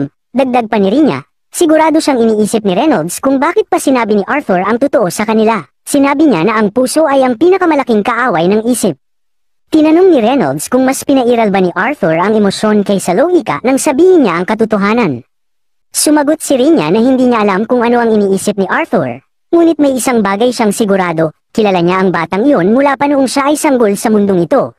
At napakalayo na ng kanyang narating. Tumayo si Rina at sinabing marahil ito ang malaking hakbang na kailangang gawin ni Arthur upang tuluyang makalaya mula sa malamig na baluti kung saan siya nakahanap ng seguridad noon. Iniabot ni Rina ang isang bagay kay Reynolds at sinabing itago niya ito habang naghahanda siya ng pagkain para sa asawa nito. Sinabi rin ni Rina na ang bagay na ito ay regalo mula sa guro ni Arthur para sa pamilya Lewin. Nagulat si Reynolds nang makita na isa itong oso na nakabalot sa tuwalya. Biglang lumitaw si Ellie mula sa likuran at sinabing, ang cute naman. Tinanong niya kung maaari nila itong alagaan. Nagulat si Reynolds at sinabing ginulat siya ni Ellie. Tumingin si Ellie sa mga mata ng oso, at biglang nagmingming ang kanilang mga mata. Napaisip si Reynolds, ayun na, naglaho na ang kanyang pangarap na magkaroon ng isang napakalakas na nilalang, isang mabangis na hayop na masasakyan sa labanan. Pero naisip niyang mas mabuti na rin ito, mas mahalaga ang kaligtasan ng kanyang mahal na anak. Pinulot ni Ellie ang oso at sinabi niyang papangalanan niya itong Boo. Dahil ang mga itim nitong butik ay nagpapakita na parabang palagi itong lit. Pagkatapos, sinabi niya kay Reynolds na gising na si Mama. Agad na pumunta si Reynolds kay Alice. Pagdating niya kay Alice, nagtanong ito, gaano katagal siyang natulog? Sinagot siya ni Reynolds, ilang oras lang. Tinanong ni Alice kung nakaalis na si Arthur. Tumango si Reynolds at sinabing oo. Napatingin sa malayo si Alice at mahina niyang sinabi, isa siyang kakila-kilabot na tao. Agad siyang niyakap ni Reynolds at sinabing hindi yun totoo. Nagsimulang umiyak si Alice at sinabing tinawag niyang may sakit si Arthur. Sumagot si Reynolds na normal lang yun. Hindi niya pagkakatiwalaan ang sino man na madaling matatanggap ang sinabi ni Arthur, dagdag niya. Nanginginig ang tinig ni Alice nang tanungin niya, isa ba siyang masamang ina dahil nagduda siya kung anak pa nila si Arthur. Napaisip si Reynolds, tinawag din niya ang sarili niyang kakila-kilabot sa parehong dahilan, pero si Alice ang nagdala kay Arthur sa kanyang sinapupunan ng 9 na buwan, tiniis ang sakit ng panganganak, inalagaan at pinakain siya, at tinuruan kung paano mabuhay sa mundong ito. Ngayon, ang lahat ng nalaman niya tungkol sa anak niya ay biglang naglaho na parang kasinungalingan. Kailangan niyang maging matatag para sa kanilang dalawa.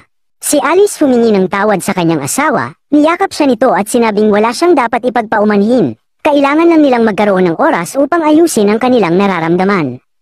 Tinanong ni Alice kung gaano katagal siya mawawala, at sumagot si Reynolds na mawawala siya ng ilang taon. Sinabi ni Alice na iniisip niya kung ano kaya ang magiging katangian ng kanilang anak kung hindi kinuha ni Arthur ang lahat. Mahigpit siyang niyakap ni Reynolds at sinabing, huwag niyang sabihin yan, at pareho silang nagsimulang umiyak. Sinabi ni Alice kay Reynolds na hindi pa nila kahit minsan tinawag si Arthur bilang kanilang anak mula nang magsimula silang mag-usap. Sinabi ni Reynolds na tulad ni Alice, mahirap para sa kanya na buong kumpiyansa na tawagin si Arthur na kanilang anak sa ngayon. Umaasa siyang magbabago ito sa susunod nilang pagkikita. Ngunit hindi nito binabago ang katotohanang itinuring nilang pamilya si Arthur sa loob ng mahigit 13 taon, sama-sama silang tumawa, nagdiwang, at lumuha, at iyon ang nagbuklod sa kanila. Pinaalala ni Reynolds kay Alice kung paano isinakripisyo ni Arthur ang kanyang buhay para sa kanya habang patungo siya sa Cyrus, hindi niya gagawin yun kung hindi siya nagmamalasakit kay Alice. Sinabi niya kay Alice na hindi siya isang masamang tao, kailangan lang nilang magkaroon ng oras upang maunawaan ang lahat. Pinahid ni Alice ang kanyang mga luha at sinabihan si Reynolds na huwag siyang titigan, tiyak na mukha siyang nakakadiri sa mga sandaling yun. Hinalikan ni Reynolds ang kanyang noo at sinabing maganda pa rin siya. Biglang lumapit si Ellie at sinabi sa kanyang ina na puntahan si Boo, na nagpagulat sa kanyang mga magulang. Tinanong ni Alice kung ano ang ibig sabihin nito. Ngunit sinabi ni Reynolds na ipapaliwanag niya ito mamaya, ngumiti silang dalawa. Samantala, sina Arthur at Winsome ay dumating sa Aphetes sa pamamagitan ng isang portal. Napapalibutan ito ng mga puno ng cherry blossoms. Sinabi ni Arthur na napakaganda ng lugar. Tinanggap siya ni Winsome sa Aphetes at sa kastilyo ng Indrath clan. Namangha si Arthur nang makita ang isang malaking estatwa ng dragon na tila pinoprotektahan ng isang marangal na kastilyo sa ilalim ng mga pakpak nito. Nang marating nila ang Indrath clan's castle, nasilayan nila ang isang napakalaking gintong tarangkahan. Medyo kinakabahan si Arthur ngunit patuloy pa rin siyang naglakad habang buhat si Sylvia.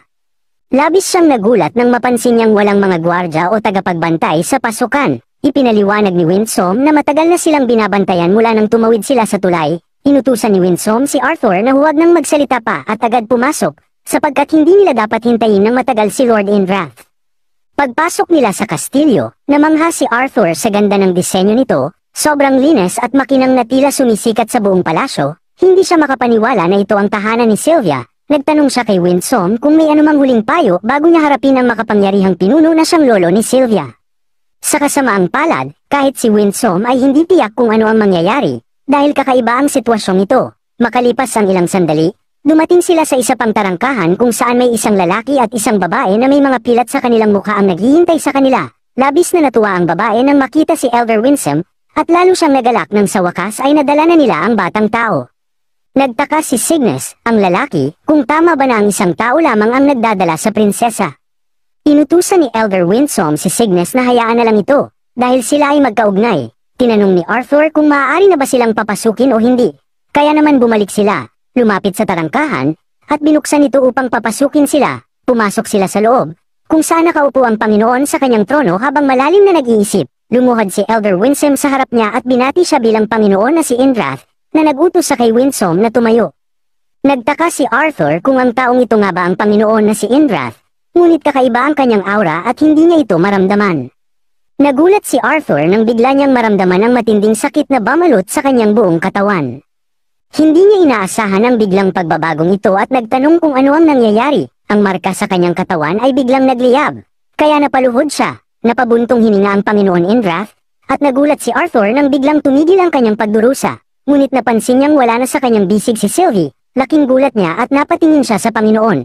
Iniisip kung paano niya ito nagawa. Napansin ni Panginoong Indrath ang kanyang titig at tinanong kung ano ang iniisip niya at kung hindi ba siya maaaring yakapin ang kanyang apo. Tinitigan ng Panginoon ang kanyang apo at nagulat siya nang mapansin niyang hindi man lang naturoan ni Arthur si Sylvie. Dahil napakababa ng kanyang antas ng mana, isang nakakahiyang antas. Batay sa itsura ni Sylvie, mukhang nasa isang estado siya ng hibernation, kaya naisip ng Panginoon na maaaring napagod siya ng husto ni Arthur. Sa galit, mariing kinuyam ni Arthur ang kanyang mga ngipin. Samantala, humingi ng paumanhin si Elder Winsome sa kanyang Panginoon, dahil naisip niyang dapat ay siya ang nagbigay ng pagsasanay kay Lady Sylvie habang nasa decadence si Arthur. Tinanong ni Winsome si Panginoong Indrath kung nais niyang simulan agad ang pagsasanay ni Sylvie, ngunit tumanggi ang Panginoon. Dahil nais niyang personal na alagaan at sanayin ang kanyang apo, lalo itong ikinagalit ni Arthur, kaya muli niyang pinigilan ang kanyang sarili. Samantala, hinaplos ng may pagmamahal ni Panginoong Indrath ang ulo ni Sylvia, dahilan upang siya ay magising. Naguluhan siya at tumitig sa Panginoon, bago lumingon kay Arthur at tinawag siyang Papa. Tinanong niya kung nasaan sila, ipinaliwanag ni Arthur na malayo sila sa kanilang pinanggalingan, at tinanong kung ano ang pakiramdam niya. Napahikab si Sylvie. Dahil pakiramdam niya ay inaantok pa rin siya, humingi siya ng pahintulot upang bumalik sa pagtulog, kaya tumango si Arthur at sinabing matulog na siya muli. Tinanong ni Arthur ang Panginoon kung naipaliwanag na ba ni Elder Winsome ang kanyang misyon, ngunit hindi pa niya alam ang eksaktong dahilan kung bakit siya dinala roon. Kung ito ay para lamang sa pagsasanay, naisip niyang mas angkop ang isang malayong piitan sa Decadent kaysa sa pagdala sa kanya sa lupa ng mga Diyos. Sa wakas, nagwika si Panginoong Indrath na itinuring niyang isang mahalagang piraso si Arthur sa kanilang laban kay Agrona at sa lumalakas nitong hukbo, inisip ng Panginoon na naiintindihan na ni Arthur ang kapwa nilang pakinabang sa pagkapanalo sa nalalapit na digmaan, ipinaliwanag niya na magiging kapaki-pakinabang kung magtatalaga ng ilang espesyalista upang tulungan si Arthur sa kanyang pagsasanay habang nananatili siya roon. Nais niyang ituring ito ni Arthur bilang isang malaking karangalan, dahil tanging ang pinakamahuhusay mula sa kanilang henerasyon ang makakatanggap ng ganitong pagsasanay. Pagkatapos, ipinatawag niya ang dalawang dalaga. Si Arthur nagtanong kung paano malalaman ni Lord Indrath kung malapit na ang digmaan at kung gaano pa sila katagal bago magsimula ang labanan. Inabot ng dalawang babae si Sylvie kay Lord Indrath, at sinabi niya na ito na ang magiging alalahanin niya. Nais niyang mag-focus si Arthur sa kanyang pagsasanay, at siya na ang magpapabatid kay Winsome kapag oras na para bumalik si Arthur sa kanyang sariling bayan. Hinayla siya ni Elder Winsome palayo, ngunit nag-aalala pa rin si Arthur at tinanong kung ano ang mangyayari kay Sylvie. Nilinaw ng Lord Indrath na mananatili si Sylvie sa kanya hanggang matapos ang kanyang pagsasanay. Nagulat si Arthur at tinanong kung gaano katagal ito, at kung kailan niya siya muling makikita. Ngunit hindi siya nakatanggap ng sagot mula kay Lord Indrath. Inutusan siya ni Elder Winsome na umalis, at wala siyang magawa kundi sumunod. Kaya't umalis siya habang natutulog si Sylvie. Sa labas ng kastilyo, hindi pa rin naintindihan ni Arthur ang layunin ng pagpupulong na yon. Bagamat kaya niyang tiisin ang paghusga ni Lord Indrath, hindi siya handa na kunin si Sylvie mula sa kanya. Ipinaliwanag ni Elder Winsome na ang relasyon nila ni Arthur at ng mga Azura ay tulad ng isang pagtitiis sa isa't isa. Dahil dito, pinili ng kanilang Lord Indrath na gawing pribado ang pagpupulong, at ang katotohanang wala silang ibang pagpipilian kundi umasa sa isang mababang nilalang ay nakasakit sa kanilang pride. Tiniyak ni Elder Winsome kay Arthur na hindi siya kailangang mag-alala, dahil si Lady Sylvie ay hindi papahirapan sa kanilang lupain, at parehong mahalaga sila sa mga ito. Naniniwala si Arthur na ang mga sinabi ni Lord Indrath ay mga mahalagang piraso sa digmaan, ngunit ito rin ang kanyang hinala. Hindi nagtagal at nakarating sila sa isang lugar kung saan hinawakan siya ni Elder Winsome at sinabi na narito na sila, kaya't kailangan niyang maghanda. Laking gulat ni Arthur nang makita ang lugar, matagal silang naglakad patungo roon upang mag-ensayo. Biglang sumigaw si Arthur nang itapon siya ni Elder Winsome, at nagulat siya nang magsimulang sumakop ang katawan ng puno sa kanyang mukha.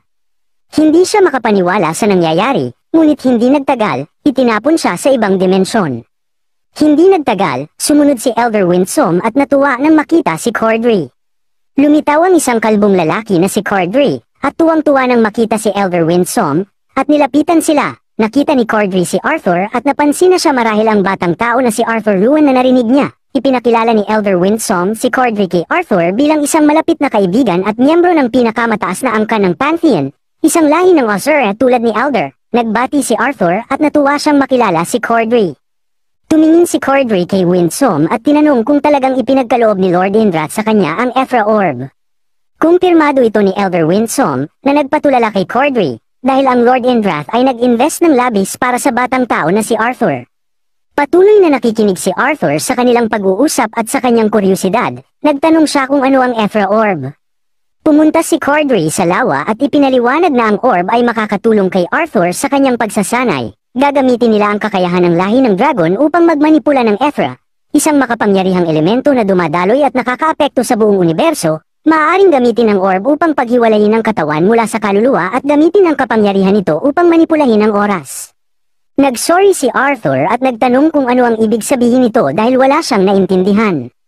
Ipinaliwanag ni Elder Winsome na kasama ng orb, pinayagan sila ni Lord Indrath na gamitin ang kanyang eksklusibong lugar ng pagsasanay.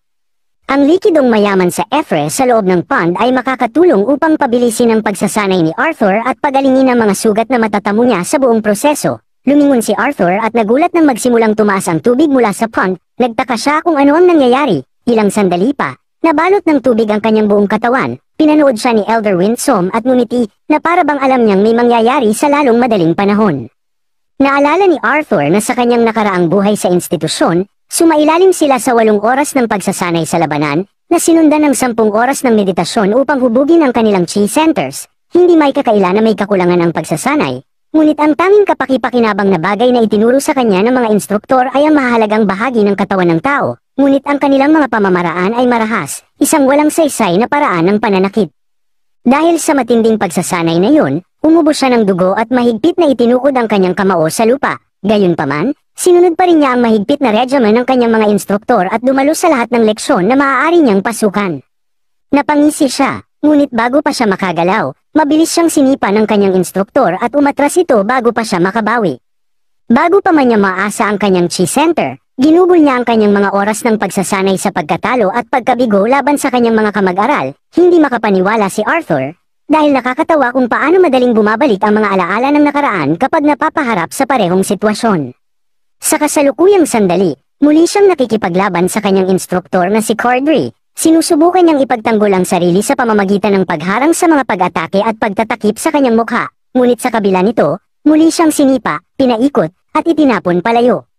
Bumagsak siya sa lupa, at nang iminulat niya ang kanyang mga mata, nagulat siya nang makita si Cordray na nasa itaas niya. Handang bigwasan siya sa mukha, agad siyang kumilos upang maprotektahan ang kanyang mukha, ngunit sa halip, ang kanyang balikat ang tinamaan ng isang malakas na suntok, na nagdulot ng bali at matinding pasa. Hindi niya kinaya ang sakit kaya napasigaw siya, ngunit kahit nasa pinakamasamang kalagayan, hindi siya sumuko at pilit na tumayo.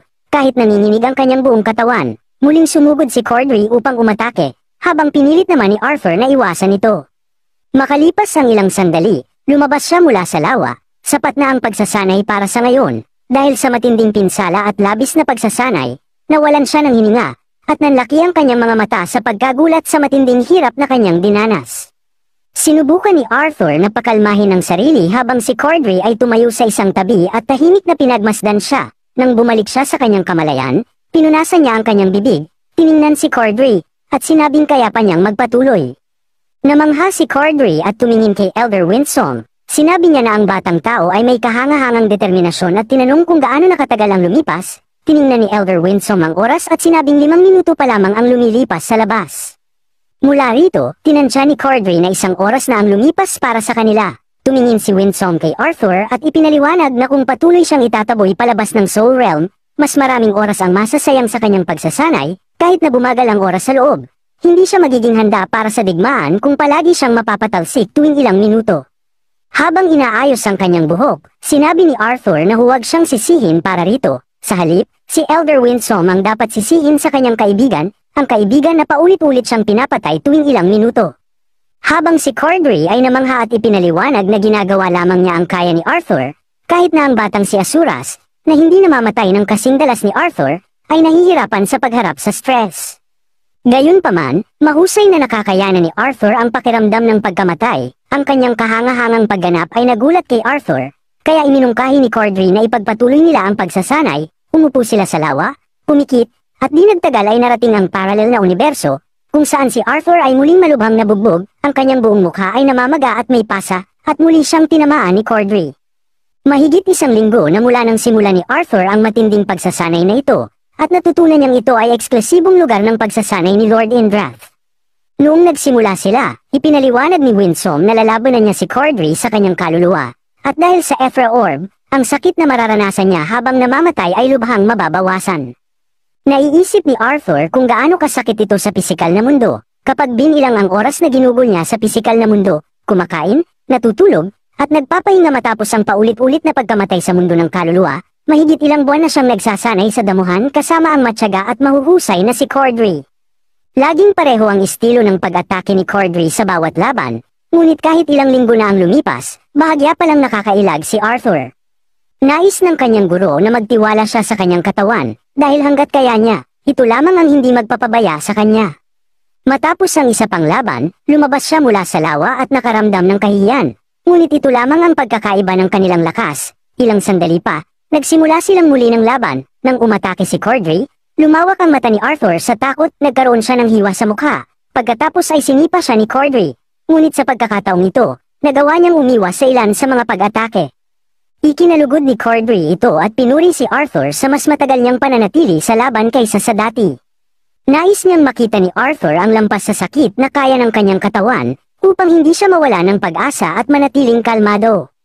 Inatake siyang muli ni Cordry gamit ang siko, ngunit naiwasan ito ni Arthur. Gayunpaman, hindi niya napansin ang kasunod na pag-atake at tinamaan siya sa mukha, dahilan upang matalsik siya. Muli siyang nakahiga sa damuhan, may maga at sugat ang mukha. Nang lapitan siya ni Cordry at purihin sa hindi niya pagkamatay sa laban, inutusan siya ni Cordry na magpahinga hanggang sa gumaling ang kanyang kaluluwa. Sa biglang pagkakataon, nagningning ang mga sugat ni Arthur at agad na gumaling. Tumayo siya upang lumaban muli, ngunit sinabi ni Cordry na dapat siyang magpahinga mula sa pagsasanay sa pakikipaglaban sa loob ng ilang sandali. Nagtaka si Arthur sa kahulugan ng sinabi ng kanyang guro at tinanong kung hindi ba siya natututo ng sapat na mabilis. Umiling si Cordry at itinanggi ito dahil sa katunayan, ang kakayahan ni Arthur na umunawa at matuto ay nakakatakot. Dahil sa kanyang katigasan ng ulo, natatakot si Cordry na baka siya ay tuluyang mabasag kung magpapatuloy sila sa ganitong bilis. Hindi maunawaan ni Arthur kung paano siya mababasag, dahil naniniwala siyang hindi siya mamamatay sa loob ng Ephra Orb. Bukod dito, naramdaman niyang mabilis na nagre-regenerate ang kanyang kaluluwa, hanggat hindi siya pinapatay agad ni Cordry, tiwala siyang magiging maayos siya. Ipinaliwanag ni Cordry na hindi niya tinutukoy ang katawan ni Arthur, kundi ang mga sugat sa kanyang isipan. Sa kasalukuyan, patuloy na nararanasan ni Arthur ang pagkamatay, ngunit hindi na ito isang katapusan, kundi isang panimula sa antas ng sakit na kahit si Asuras ay kinatatakutan. Ang ganitong uri ng trauma ay maaaring makasagabal sa pagbuo ng mandirigmang nais niyang gawin kay Arthur. Kapag umabot sa ganitong antas ng sakit, maaaring kusang protektahan ng katawan ng sarili nito, kahit hindi ito nais ni Arthur, kaya't ang tamang dami ng sakit ang magiging kanyang pinakamaasahang espada at kalasag. Subalit maaari rin itong makapinsala sa kanya. Tumayo si Arthur matapos marinig ito at nilinaw na siya ay maayos at hindi kailangang magpahinga. Ngunit nagulat siya nang maramdaman ang nakakatakot na aura ni Cordry. Sa matinding galit, mabilis na lumapit si Cordry at diretsyong sinuntok si Arthur sa dibdib, tumagos ang kamao ni Cordry sa kanyang katawan. Napasukan ng maraming dugo si Arthur at bumagsak sa lupa. Tinawag siya ni Cordry at sinabi na ang kanyang mga karanasan at instinct ay iba sa karamihan ng tao. Marami mang kailangang ituro kay Arthur, marami rin siyang kailangang kalimutan. Kasabay nito, hinaplos ni Cordry ang kanyang ulo at nangakong uhubugin siya bilang isang mandirigmang walang kapantay, hindi lamang sa mga hamak na nilalang, kundi maging sa mga Azura. Hinugot niya ang kanyang kamay mula sa dibdib ni Arthur, nanginginig siya, ngunit hindi niya matukoy kung ito ay dahil sa matinding sugat sa kanyang dibdib, sa pananabik sa pagsasanay kasama ang isang dalubhasang guro, o sa digmaang kailangang paghandaan. Nang tumingala siya sa langit, naramdaman niyang ito ay pinaghalong lahat ng iyon. Makalipas ang ilang sandali, muling naglaban sila. Nang lumapit si Cordry, tila isa itong halimaw, isang tunay na mandaragit. Binalaan niya si Arthur na paparating siya, kaya dapat siyang maghanda. Pamwesto si Arthur at agad na umatake. Ngunit nang malapit na siya kay Cordry, isinumpa niya ang kanyang kapalaran, dahil kahit anong pagsubok niya, hindi pa rin siya makalapag ng kahit isang matagumpay na suntok. Sa halip, muli siyang inatake. Sa labas ng paralel na mundo, mahigit 1 buwan na ang lumipas, na nangangahulog ang halos 1 taon na ang nagdaan sa loob.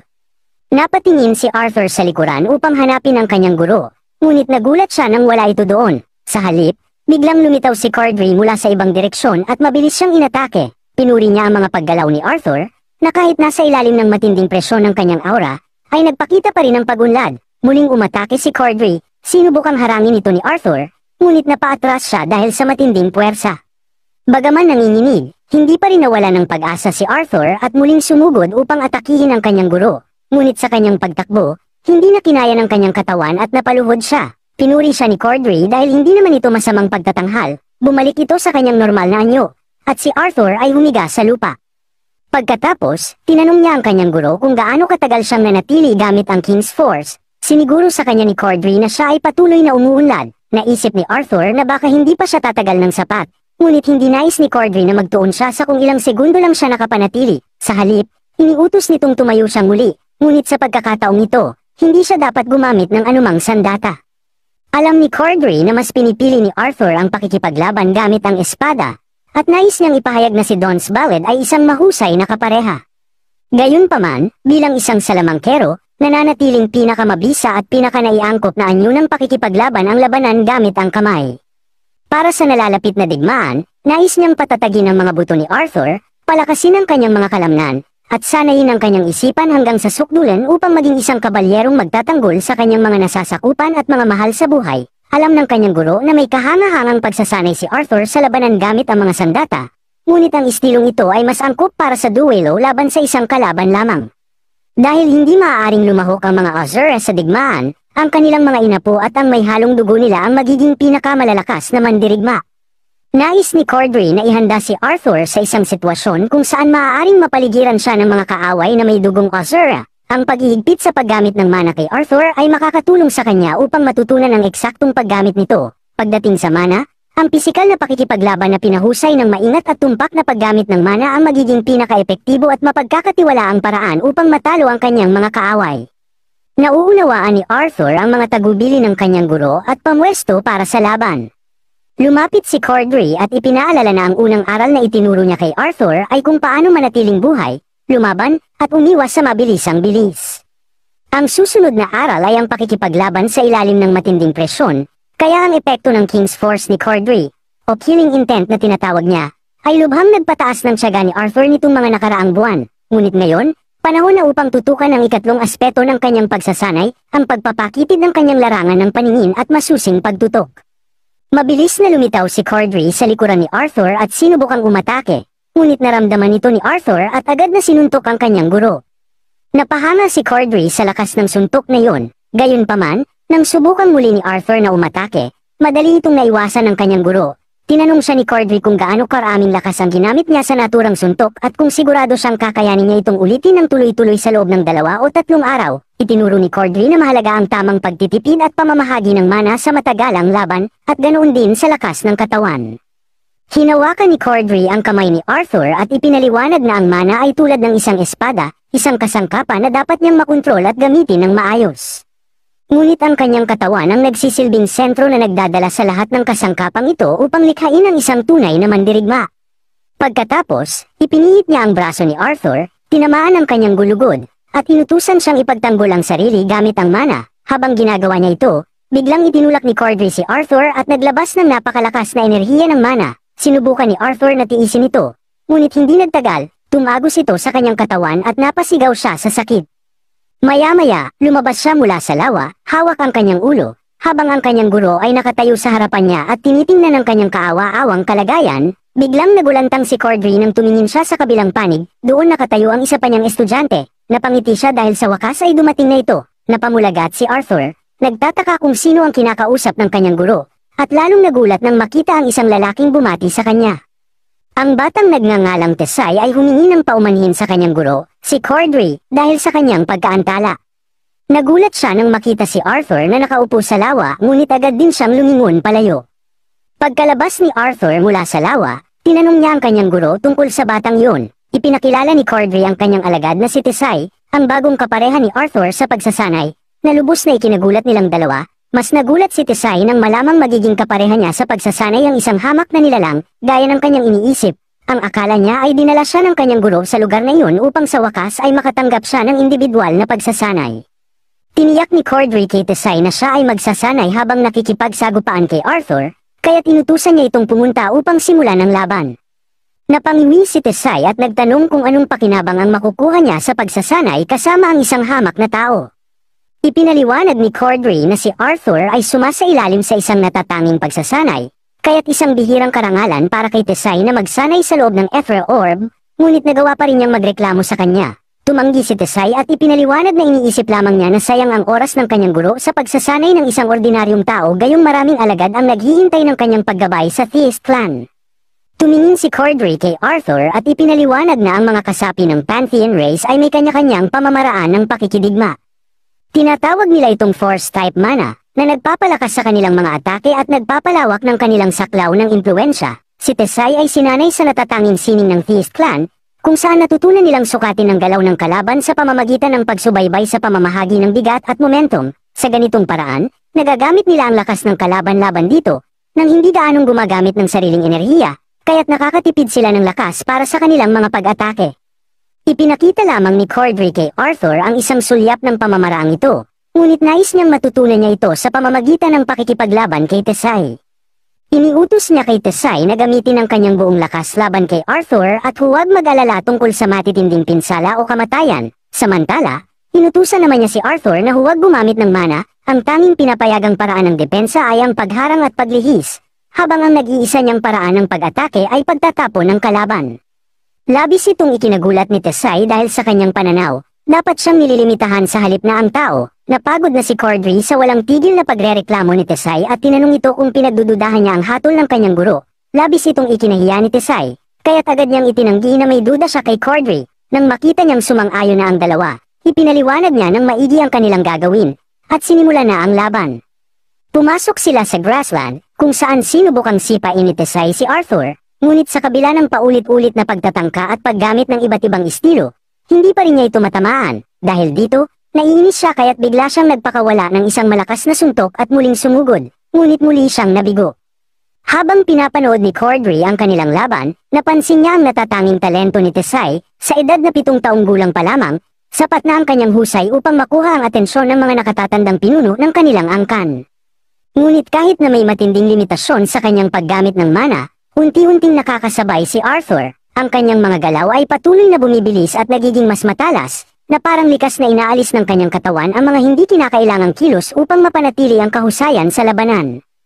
Hindi makapaniwala si Cordray at nagtanong sa sarili kung paano ito posible. Napaisip siya kung ilang mandirigma ang lumaban upang maabot ang ganitong antas ng pandama. Sa kanyang mga taon bilang isang mandirigma at tagapagturo, nakapagpalaki na siya ng mga alagad na kalaunay naging mga nangungunang figure sa Theist clan, ngunit sa kanyang pagsasanay kay Arthur, ipinakilala nito sa kanya ang isang pakiramdam na hindi pa niya kailanman naranasan. Matapos ang ilang pagsubok, sa wakas ay nagawang tamaan ni Tesay si Arthur, ngunit nagawa naman niyang harangin ito. Gayunpaman, dahil sa lakas ng suntok, naitulak siya paatras, bagaman nanatili siyang matatag. Sa kabaligtaran, labis na namangha si Cordray. Hindi lamang ito isang pakiramdam ng kasabikan o pagkamangha sa sarili, kundi isang matinding pagnanais na malaman kung ano ang posibleng maging hinaharap ni Arthur. Iniisip niya na kung ipinanganak si Arthur sa Ashura, malamang isa na siya sa mga pinakamakapangyarihang nilalang sa mataas na antas ng lipunan. Habang inaatake si Arthur, mabilis niyang sinunggaban ang kamao ni Tesay, saka ito'y tinapon ng may puwersa at galit. Isang lungkot ang bamalot kay Cordray, tila itinakda ng mga Diyos si Arthur bilang isang nilalang na gagamitin hanggat hindi na siya kailangan.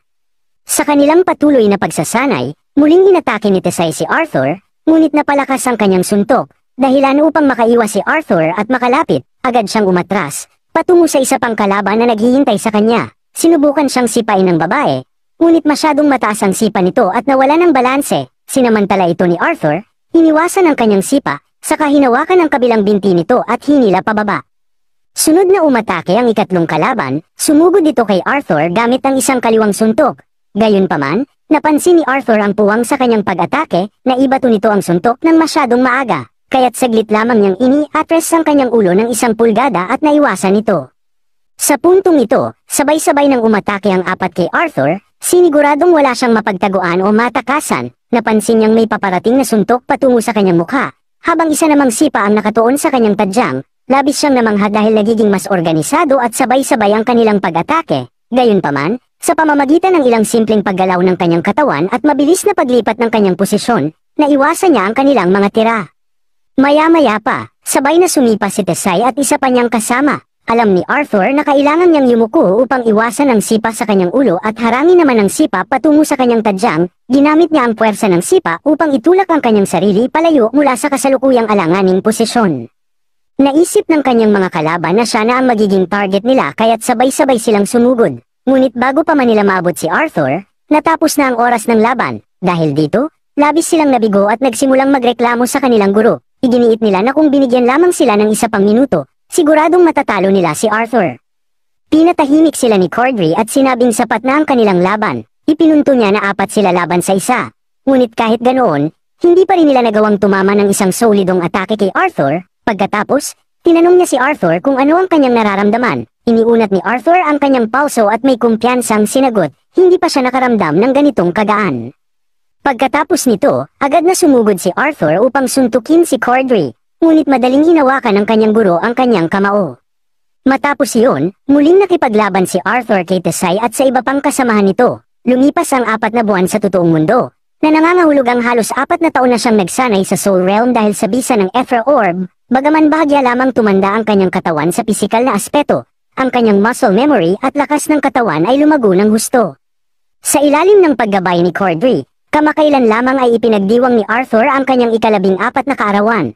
Tulad ng nakasanayan, ginugol niya ang araw sa pagpapalakas ng kanyang katawan, pagpapabilis ng kanyang mga reflex, at pagpapalawak ng kanyang kaalaman sa pakikipaglaban. Patuloy niyang hinarap ang lahat ng kanyang kasamahan sa matagal na pagsasanay. Kaya't nang matapos ito, silang lahat ay lubos na napagod at nagpasya munang magpahinga. Bukod sa pagpapalakas ng kanyang katawan, tinulungan din ni Cordry si Arthur na linangin ang kanyang kakayahan sa paggamit ng mana upang makatulong sa labanan. Ngunit napansin ni Arthur na wala siyang natutunang bagong konsepto pagdating sa mana arts. Hindi niya tiyak kung ito ay dahil sa likas na pagkakaiba ng mga tao at asuras, o dahil ayaw o hindi pinapayagan si Cordry na ipasa ang Theist clan na sining ng mana sa mga hindi kasapi ng kanilang lahi. Sa kabila nito, buong tiwala niyang tinanggap ang anumang itinuturo ng kanyang guro, kahit hindi niya natutunan ang kakaibang mana techniques ng kanyang mga kasamahan. Kalaunan, lumabas si Arthur mula sa Soul Realm at taos-pusong nagpasalamat sa lahat sa pagtulong sa kanyang pagsasanay. Ngunit hindi siya nagustuhan ng kanyang mga kasama, kaya't agad nilang tinalikuran siya, habang si Tesay naman ay galit na nakatitig sa kanya, na siyang nagbigay ng lungkot kay Arthur. Sa kabila nito, nagpasalamat pa rin siya kay Cordry sa mahabang panahon ng pagsasanay. Ngumiti ang kanyang guro at sinabing naging isang magandang karanasan din yun para sa kanya. Iniunat ni Arthur ang kanyang mga braso upang makapag-relax at nagtanong kung kailan magsisimula ang susunod na bahagi ng kanyang pagsasanay. Gayunman, kapwa malungkot ang itsura ni Cordry at Elder Winsome, kaya't nagtaka si Arthur kung may mali. Pinagtibay ni Elder Winsome na magsisimula rin ang susunod na bahagi ng pagsasanay, ngunit ang ikinababahala nila ay ang isang bagay, hindi nagbago si Arthur. Hindi niya agad naunawaan ang ibig nilang sabihin, kaya't nagtanong siya. Pinaliwanag ni Elder Winsome na bagaman malaki ang benepisyong dulot ng pagsasanay sa loob ng Ethra Orb, ito ay mahigpit na ipinagbabawal sa mga bata sa matagalang panahon. Ang malaking agwat ng oras sa pagitan ng dalawang mundo ay maaaring magdulot ng psychological displacement kung ang isang tao ay hindi pa ganap na hinog ang isipan. Dahil dito, maging ang mga Lord Endrath ay nag-aalangan gamitin ito kay Arthur. Gayunpaman, dahil sa napipintong digmaan, wala silang ibang pagpipilian. Sa loob ng 3 taon sa Soul Realm, dapat sana'y may mga makabuluhang pagbabago sa kanyang ugali, paraan ng pagsasalita, at kaisipan, ngunit wala siyang ipinakitang pagbabago. Ipinaliwanag naman ni Arthur na mula pa noong bata siya, malayo na ang kanyang pag-unlad kumpara sa mga kaedad niya, at matagal na siyang nasanay na ipakita ito sa iba. Ang pagiging propesor sa Cyrus Academy sa murang edad ay nakatulong din sa kanya upang maipresenta ang sarili ng mas may kapanahunan. Nang marinig ito, tila napawi ang pag-aalala ni Elder Winsome. Sinabi niyang mas mainam ito para kay Arthur at sa kanyang patuloy na pagsasanay. Nagpasalamat din si Elder Winsome kay Cordry sa pagbibigay ng kanyang kadalubhasaan. Ayon sa kanya, kahit sa hanay ng mga asuras, walang ibang mas bihasa sa labanan ng malapitan, close quarters combat, kaysa kay Cordry. Ngunit tumanggi si Cordry na tanggapin ang pasasalamat para sa kanya. Hindi ito isang pabor kundi isang pangangailangan. Alam niyang dapat maging ganap na handa si Arthur kung nais nitong magkaroon ng pagkakataon laban sa mga halimaw na kanilang haharapin. Hinawakan ni Elder Winsome ang balikat ni Arthur at ipinaalala sa kanya na ang mga mages sa Alecria ay naturuan at ginabayan ng mga Asura sa sining ng mana. Dahil dito, ang kanilang mana arts ay mas advanced ng henerasyon kumpara sa mga kasalukuyang ginagamit sa kontinente ng Decadent. Labis itong nagpapabigat sa kalooban ni Winsome dahil nakatali ang kanilang mga kamay sa kasunduan, subalit, kung lalabagin nila ito, maaaring sumiklab ang isang digmaang maaaring sumira sa buong mundo. Kung ayaw nilang mangyari ito, si Arthur at ang kanyang mga kasamahan ang may tungkuling lumaban. Matapos marinig ito, nagpaalam si Arthur at nagpatuloy sa kanyang paglalakbay. Bago siya umalis, inabot sa kanya ni Elder Winsome at Som ang isang scroll, binuksan niya ito at binasa. Ngunit nang matapos, agad siyang nag-alala sa impormasyong kanyang natanggap. Habang tahimik silang naglalakbay, hindi na nakatiis si Arthur at binasag ang katahimikan. Tinanong niya ang Elder kung ang impormasyong ibinigay ng direktor, na nagmula kay Cynthia Goodsky, ay tumutukoy sa tinatawag na Four Sides at kung sila ang kanyang magiging target. Ipinaliwanag ng Elder na ayon sa sulat, nalaman nilang bawat isa sa Four Sides ay may sariling retainer. Ang mga ito ay personal na mga tagapagsilbi at direktang mga tauhan na may kakayahang talunin ng isang lance ng madali. Higit pa rito, may 4 pang nilalang na mas mataas pa ang antas kaysa sa kanila. Base sa piraso ng sungay na natagpuan sa dungeon kung saan pinatay si Lance Alia, natuklasan nilang ito ay nagmula sa isang prime blood retainer. Nakuha nito ang atensyon ni Arthur. Sa kanyang palagay, maaaring may limitasyon si Director Goodsky sa mga impormasyong kanyang maaaring ibunyag. Gayunpaman, hindi ito pinansin ng Elder at nagpatuloy sa kanyang paliwanag, na nagpagulat kay Arthur, na pagtanto niya na ang may kagagawa ng pagpatay kay Alia ay isang retainer, at hindi isang scythe, na nagpapakita ng lawak ng kapangyarihan ng kanilang mga kalaban.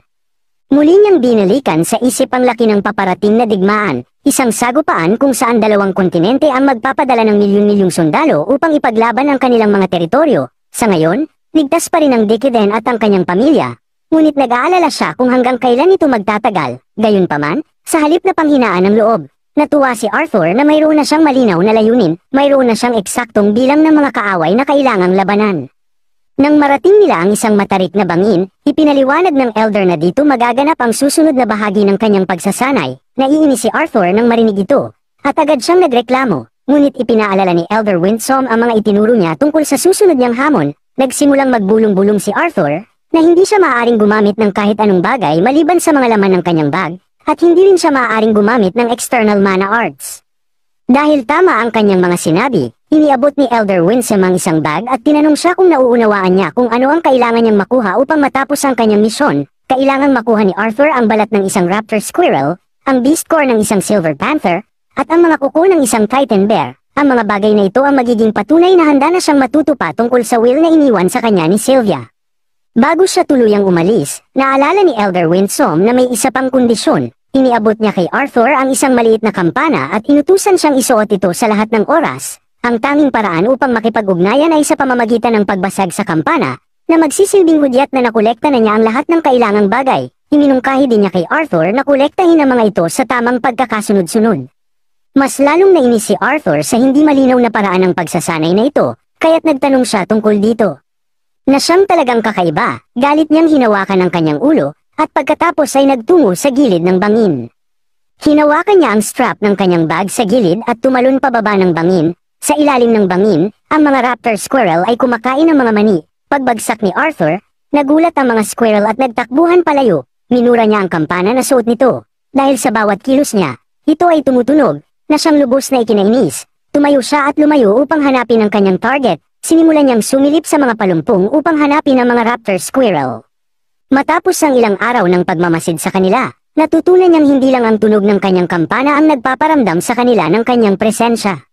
Bagamat hindi ito nakatulong sa kanya, nadiskubre niya na sensitibo rin sila sa kanyang mana. Ang mga raptor squirrel ay nasa pinakamababang bahagi ng food chain at nakabuo ng napakasensitibong pandama upang mabawi ang kanilang kakulangan sa pisikal na lakas. Ang pagtatago ng kanyang presensya ay hindi sapat upang maakit sila, kaya kinailangan niyang maghanap ng ibang paraan. Una, pinag-aralan niya kung paano mahuhuli ang isang squirrel, ngunit bago yun, kailangan muna niyang makalapit sa kanila.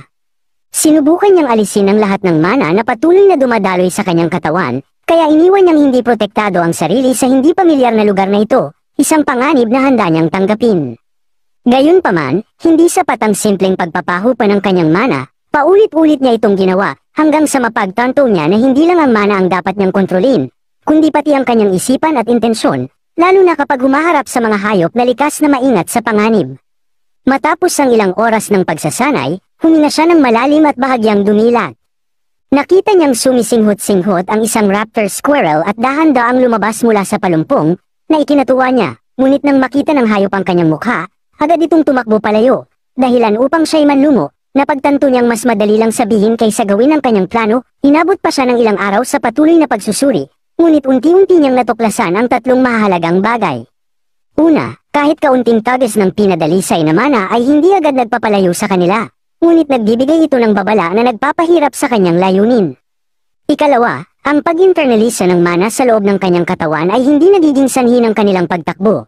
Ngunit kapag siya ay labis na nag-concentrate o nag-focus, lumalabas ang kanyang intensyon, kaya't nagtatakbuhan ang mga ito. At ang panghuli, at marahil ang pinakakapaki-pakinabang, ay ang daloy ng panlabas na mana ay hindi nagiging dahilan upang sila ay magulat o mapansin siya. Muli, naghanda siya ng pagkain para sa mga raptor squirrel at naupo. Sinisikap na bawiin ang kanyang mana at itago ang kanyang intensyon upang makaakit ng mga ito. Bilang isang augmenter, mas malinaw ang kanyang mga mana channel na nagdadala ng pinadalisay na mana mula sa kanyang core papunta sa buong katawan, kumpara sa kanyang mana veins na sumisipsip ng hindi pa nalilinis na atmospheric mana. Gayunpaman, ang teknikang ito ay kailangang balansehin ang output ng purified mana mula sa kanyang mana core at ang input ng atmospheric mana sa pamamagitan ng kanyang veins. Matagal na mula nang turuan siya ni Sylvia tungkol sa mana rotation sa unang pagkakataon. Naalala niyang sinabi ni Sylvia na dapat siyang mag-meditate at sumipsip ng mana habang gumagalaw, at marahil kahit habang nakikipaglaban, kung nais niyang maging bihasa rito. Ngayon, halos kaya na niyang gamitin ang mana rotation ng walang kahirap-hirap na siyang makakatulong sa kanyang bagong teknik. Sa wakas, nang idilat niya ang kanyang mga mata, nakita niyang ang raptor squirrel ay kumakain ng mga kabute na ginamit niya bilang pain. Sa sobrang tuwa niya sa kanyang tagumpay, napasigaw siya sa galak, dahilan upang magtakbuhan palayo ang mga squirrel.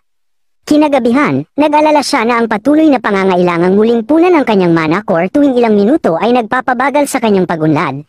Ngunit naisip niyang wala siyang magagawa tungkol doon, maraming araw na siyang naroroon. Ngunit halos hindi pa rin siya makagalaw ng maayos habang pinapanatili ang teknikang yun, lalo na sa istorbo ng kampanang nakakabit sa kanya. Bago siya matulog, maraming bagay ang gumugulo sa kanyang isipan. Nagtaka siya kung mas maayos ba ang pagsasanay ni Sylvie, kung kumusta na ang kanyang pamilya, at kung paano na ang kanyang kapatid. Ngunit alam niyang dapat siyang magtuon sa kanyang pagsasanay, kaya nagpasya siyang iwaksi ang mga hindi kinakailangang pag-iisip na makahadlang lamang sa kanyang pagunlad, sapagkat ito lamang ang paraan upang makabalik siya sa kanila.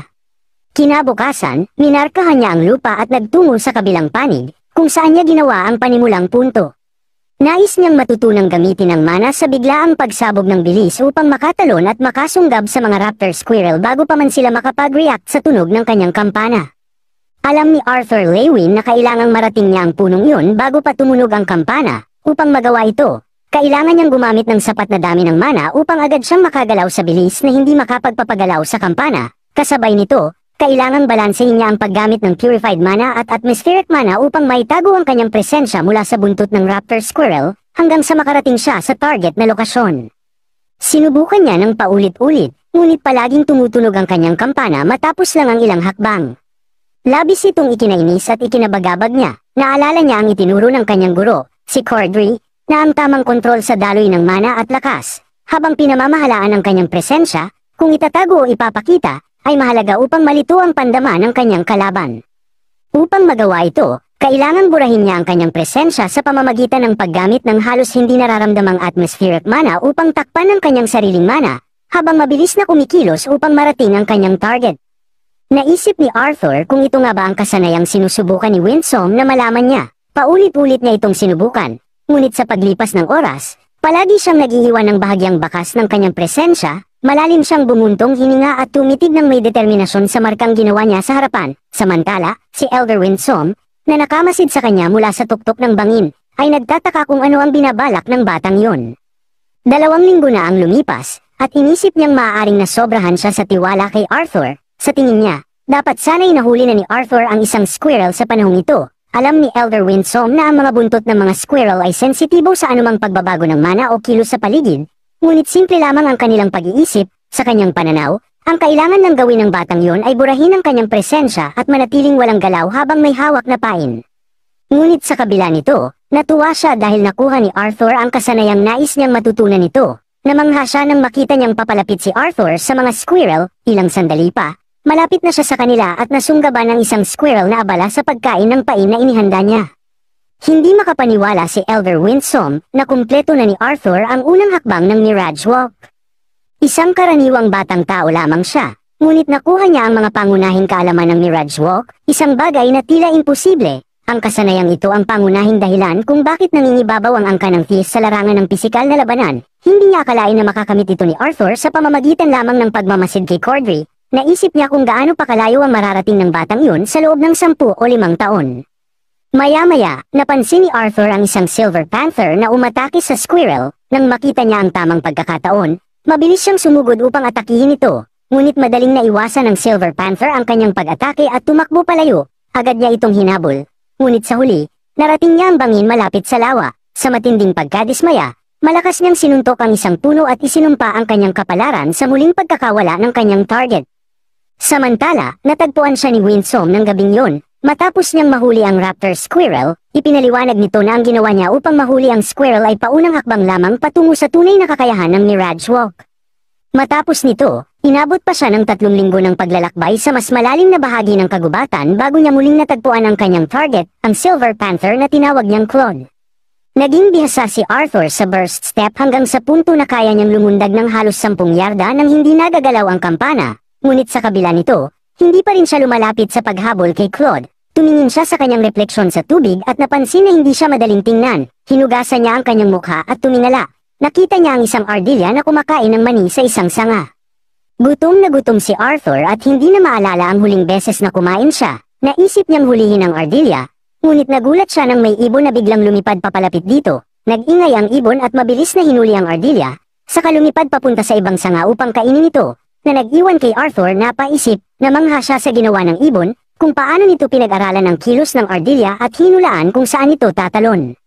Napaisip si Arthur, ngunit agad siyang naalerto nang makarinig ng isa pang ardilya. Napansin din ito ng ibon at agad lumipad patungo rito. Bago pa man maintindihan ng ardilya ang sitwasyon, hinuli na ng ibon ang leeg nito gamit ang matatalas nitong kuko.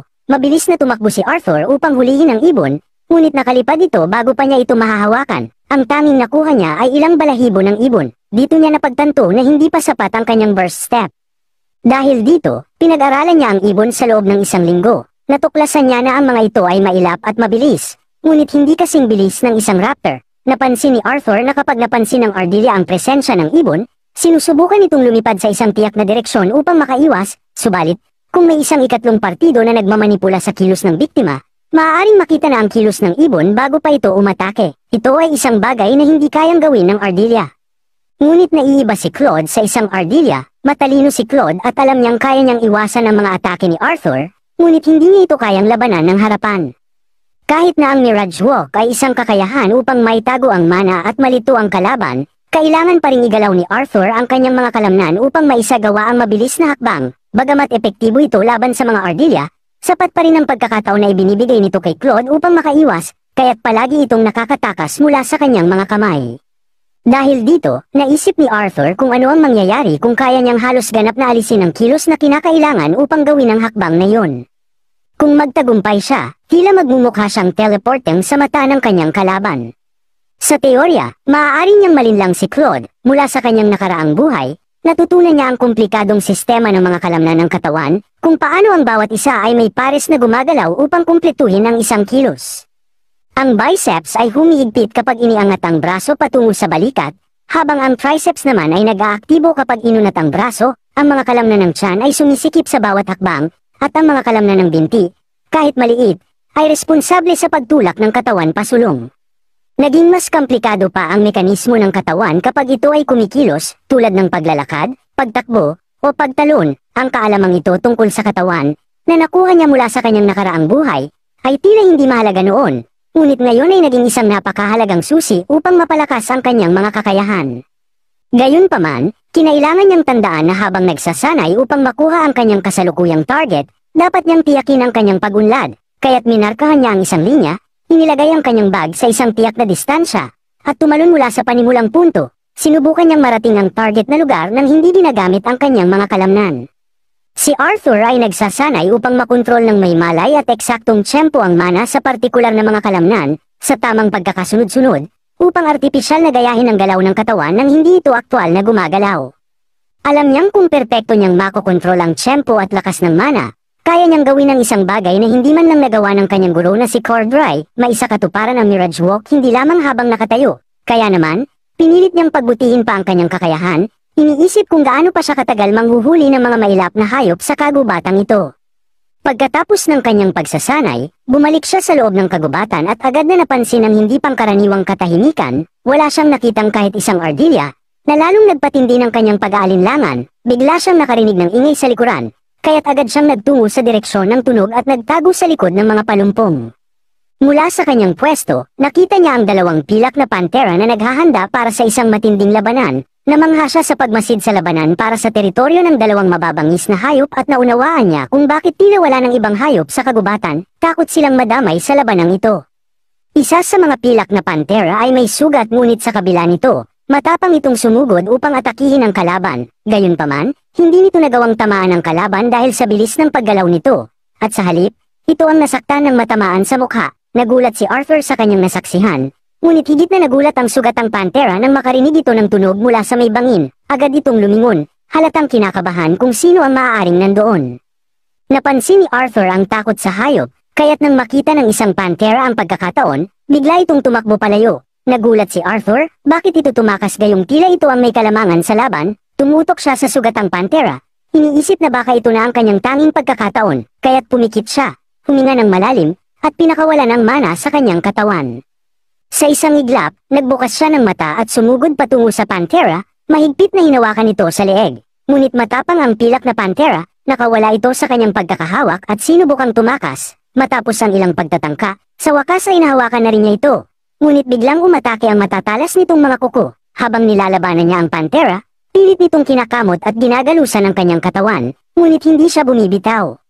Sa matinding labanan, umabot sila sa gilid ng bangin, kung saan biglang umatungal ng malakas ang pilak na pantera. Sa isang iglap, parehong nahulog si Arthur at ang hayop mula sa bangin. Agad niyang ginamit ang kanyang wind magic upang maiwasan ang matinding pagbagsak. Habang bumababa, humingi siya ng paumanhin kay Elder Winsome sa paglabag sa patakaran, umaasang maiintindihan nito ang kanyang sitwasyon. Nang tuluyang bumagsak si Arthur sa lupa, agad siyang napaubo dahil sa makapal na alikabok na bumalot sa paligid dulot ng pagbagsak ng pantera, ngunit bago pa siya makapagpahinga, bigla niyang naramdaman ang isang malakas na pagyanig, tila may isang dambuhalang nilalang na papalapit sa kanya. Kasabay nito, isang matinding mabahong amoy ang pumuno sa hangin, na halos hindi niya makayanan. Nang tiningnan niya kung ano ang nasa harapan niya, nanlaki ang kanyang mga mata sa pagkagulat. Isang Titan Bear ang nakatayo sa kanyang harapan, isang higanteng halimaw na mas malaki at mas mabagsik kaysa sa anumang hayop na kanyang nakaharap noon. Napamulagat si Arthur sa pagkabigla nang makita niya ang Titan Bear, dahil sa sobrang liit nito, malayong malayo sa inaasahan niya. Inakala niyang isa lamang itong batang oso, lumapit ang Titan Bear sa patay na Silver Panther at inilapag ang mga kuko nito sa katawan ng Panther, na parabang sinasabi na ang pagkain ito ay hindi makakatakas, sapagkat ito ay sariwa pa. Labis namang nagulat si Arthur nang matuklasan niyang nakakapagsalita ang Titan Bear, dahil wala namang nabanggit si Winsome tungkol dito. Matalim na tinitigan ng Titan Bear si Arthur at sinabing sisimulan niyang kainin ito. Galit itong umungal at umatake gamit ang kanyang mana, dahilan upang maitapon si Arthur palayo. Lubos siyang nagulat at nag-isip kung anong klase ng kakayahan ang ginamit nito. Iwinasiwas ng oso ang kanyang matatalim na kuko sa hangin, lumikha ito ng matatalas na alon ng mga pag-atake, iniwasan ni Arthur ang mga ito. Ngunit tinamaan ang kanyang binti ng isa sa mga pag-atake, kaya't dumaloy ang dugo mula rito. Sa galit, muling sumugod ang oso, dahil para sa kanya, mahirap na pagkain si Arthur. Inatake niyang muli si Arthur, na bagamat naiwasan niya, nag-iwan pa rin ito ng mga bahagyang sugat sa kanyang katawan. Nagtaka ang oso kung paano ito nagawa ni Arthur nang hindi man lang nagpapahinga. Muling nagpakawala ang Titan Bear ng sunod-sunod na matatalas na atake, na sa kabila ng pag-iwas ni Arthur, may ilan pa ring tumama sa kanyang dibdib. Bigla na lamang siyang tinamaan ng isang napakalakas na alon ng enerhiya na nagtulak sa kanya patungo sa isang malaking bato. Tumilapon siya at malakas na bumagsak, sabay pagdura ng dugo mula sa kanyang bibig. Labis na nabahala si Arthur dahil alam niyang hindi ito ang realm of the soul. Kung mamatay siya rito, totoong kamatayan ang kanyang haharapin. Lumapit ang Titan Bear at tinanong siya kung tapos na ba siyang magpanggap na mahirap hulihin. Ngunit biglang hinataw ni Arthur ang kanyang mga paa sa lupa. Nagdulot ito ng alikabok na panandaliang bumulag sa oso. Sinamantala ni Arthur ang pagkakataon upang makalayo. Alam niyang sa bawat pag-atake ng oso gamit ang mga kuko nito, lumilikha ito ng matatalim na slash attack. Muling nagsalita ang Titan Bear, sinabing mas sinusubukan ni Arthur na umiwas, mas lalo lamang siyang mahihirapan at mas kaunti ang matitira sa kanya upang kainin. Itinaas ni Arthur ang kanyang kamay at sinabing hindi na siya tatakbo. Muling umatake ang oso gamit ang isang napakalakas na suntok. Alam ni Arthur na ang bawat suntok ng oso ay nagdudulot ng matinding blunt force attack. Kailangan niyang tapusin ang laban na ito agad, dahil hindi nakakayanin ng kanyang binti ang matagalang labanan. Tinitigan niya ang oso ng may matinding determinasyon, hindi siya lumaban ng 2 beses sa kamatayan upang mamatay lamang sa hukay, sa mga kuko ng isang mabangis na hayop. Mabilis na sumugod si Arthur at lumibot sa likuran ng oso. Nang tumunog ang kanyang kampana, nakuha nito ang atensyon ng oso, lumingon ito at agad na umatake. Dahilan upang mabasag ang kampana sa 2 piraso, nagulat ang Titan Bear. Dahil wala na si Arthur sa kanyang harapan, sa isang iglap, lumitaw si Arthur sa likuran nito at mabilis na sumugod sa harapan ng oso, sabay bigwas ng isang napakalakas na suntok sa tiyan nito, napuruhan ng kanyang atake ang oso, dahilan upang ito ay tumilapon sa mga bato sa likod at tuluyang mamatay. Pagkatapos ng laban, bumagsak si Arthur sa lupa, labis na dumudugo, hanggang sa tuluyang mawala ng malay. Ilang sandali pa, dumating si Elder Winsome sa lugar at nagtanong kung bakit napadpad si Arthur sa ganoong lugar. Laking gulat niya nang makita ang walang malay na katawan ni Arthur sa isang tabi at ang patay na anak ng Titan Bear sa kanto. Agad siyang lumapit kay Arthur at sinubukang pagalingin ito. Nadiskubre niyang 3 sa kanyang mga tadyang ay nabali, maraming malalalim na sugat ang nasa kanyang dibdib, at ang kanyang mga binti ay may internal bleeding. Labis siyang nagulat nang malaman niyang ang lahat ng pinsalang ito ay gawa lamang ng isang batang oso. Isang ganap na Titan Bear na may taas na 10 talampakan ay hindi sana makakagawa ng ganitong matinding pinsala. Mas lalo siyang namangha nang makita niya ang mga kuko ng oso, mapula ito at may kitang-kitang mga ugat. Itinaas ni Winsome ang bangkay ng oso at sinubukang may kunin mula sa loob ng katawan nito. Sa kanyang paghahanap, natagpuan niya ang isang demon leech sa loob ng katawan ng oso.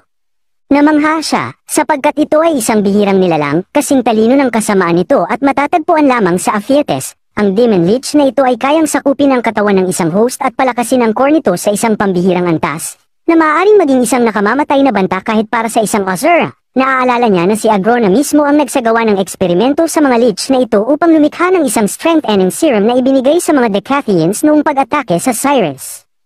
Hinugot ni Winsome ang leech mula sa katawan ng oso at pinag-isipan kung ito ba ay isang masamang kapalaran o isang mapait na biro na si Arthur ay nakatagpo ng isang batang oso na sinapian ng halimaw. Dinurog niya ang leech, kinuha ang core nito, at hindi makapaniwalang natalo ni Arthur ang isang sinapian. Pinakain niya kay Arthur ang isang gamot na nagmula sa core at sinabing ang lahat ng kanyang paghihirap ay nagbunga ng labis.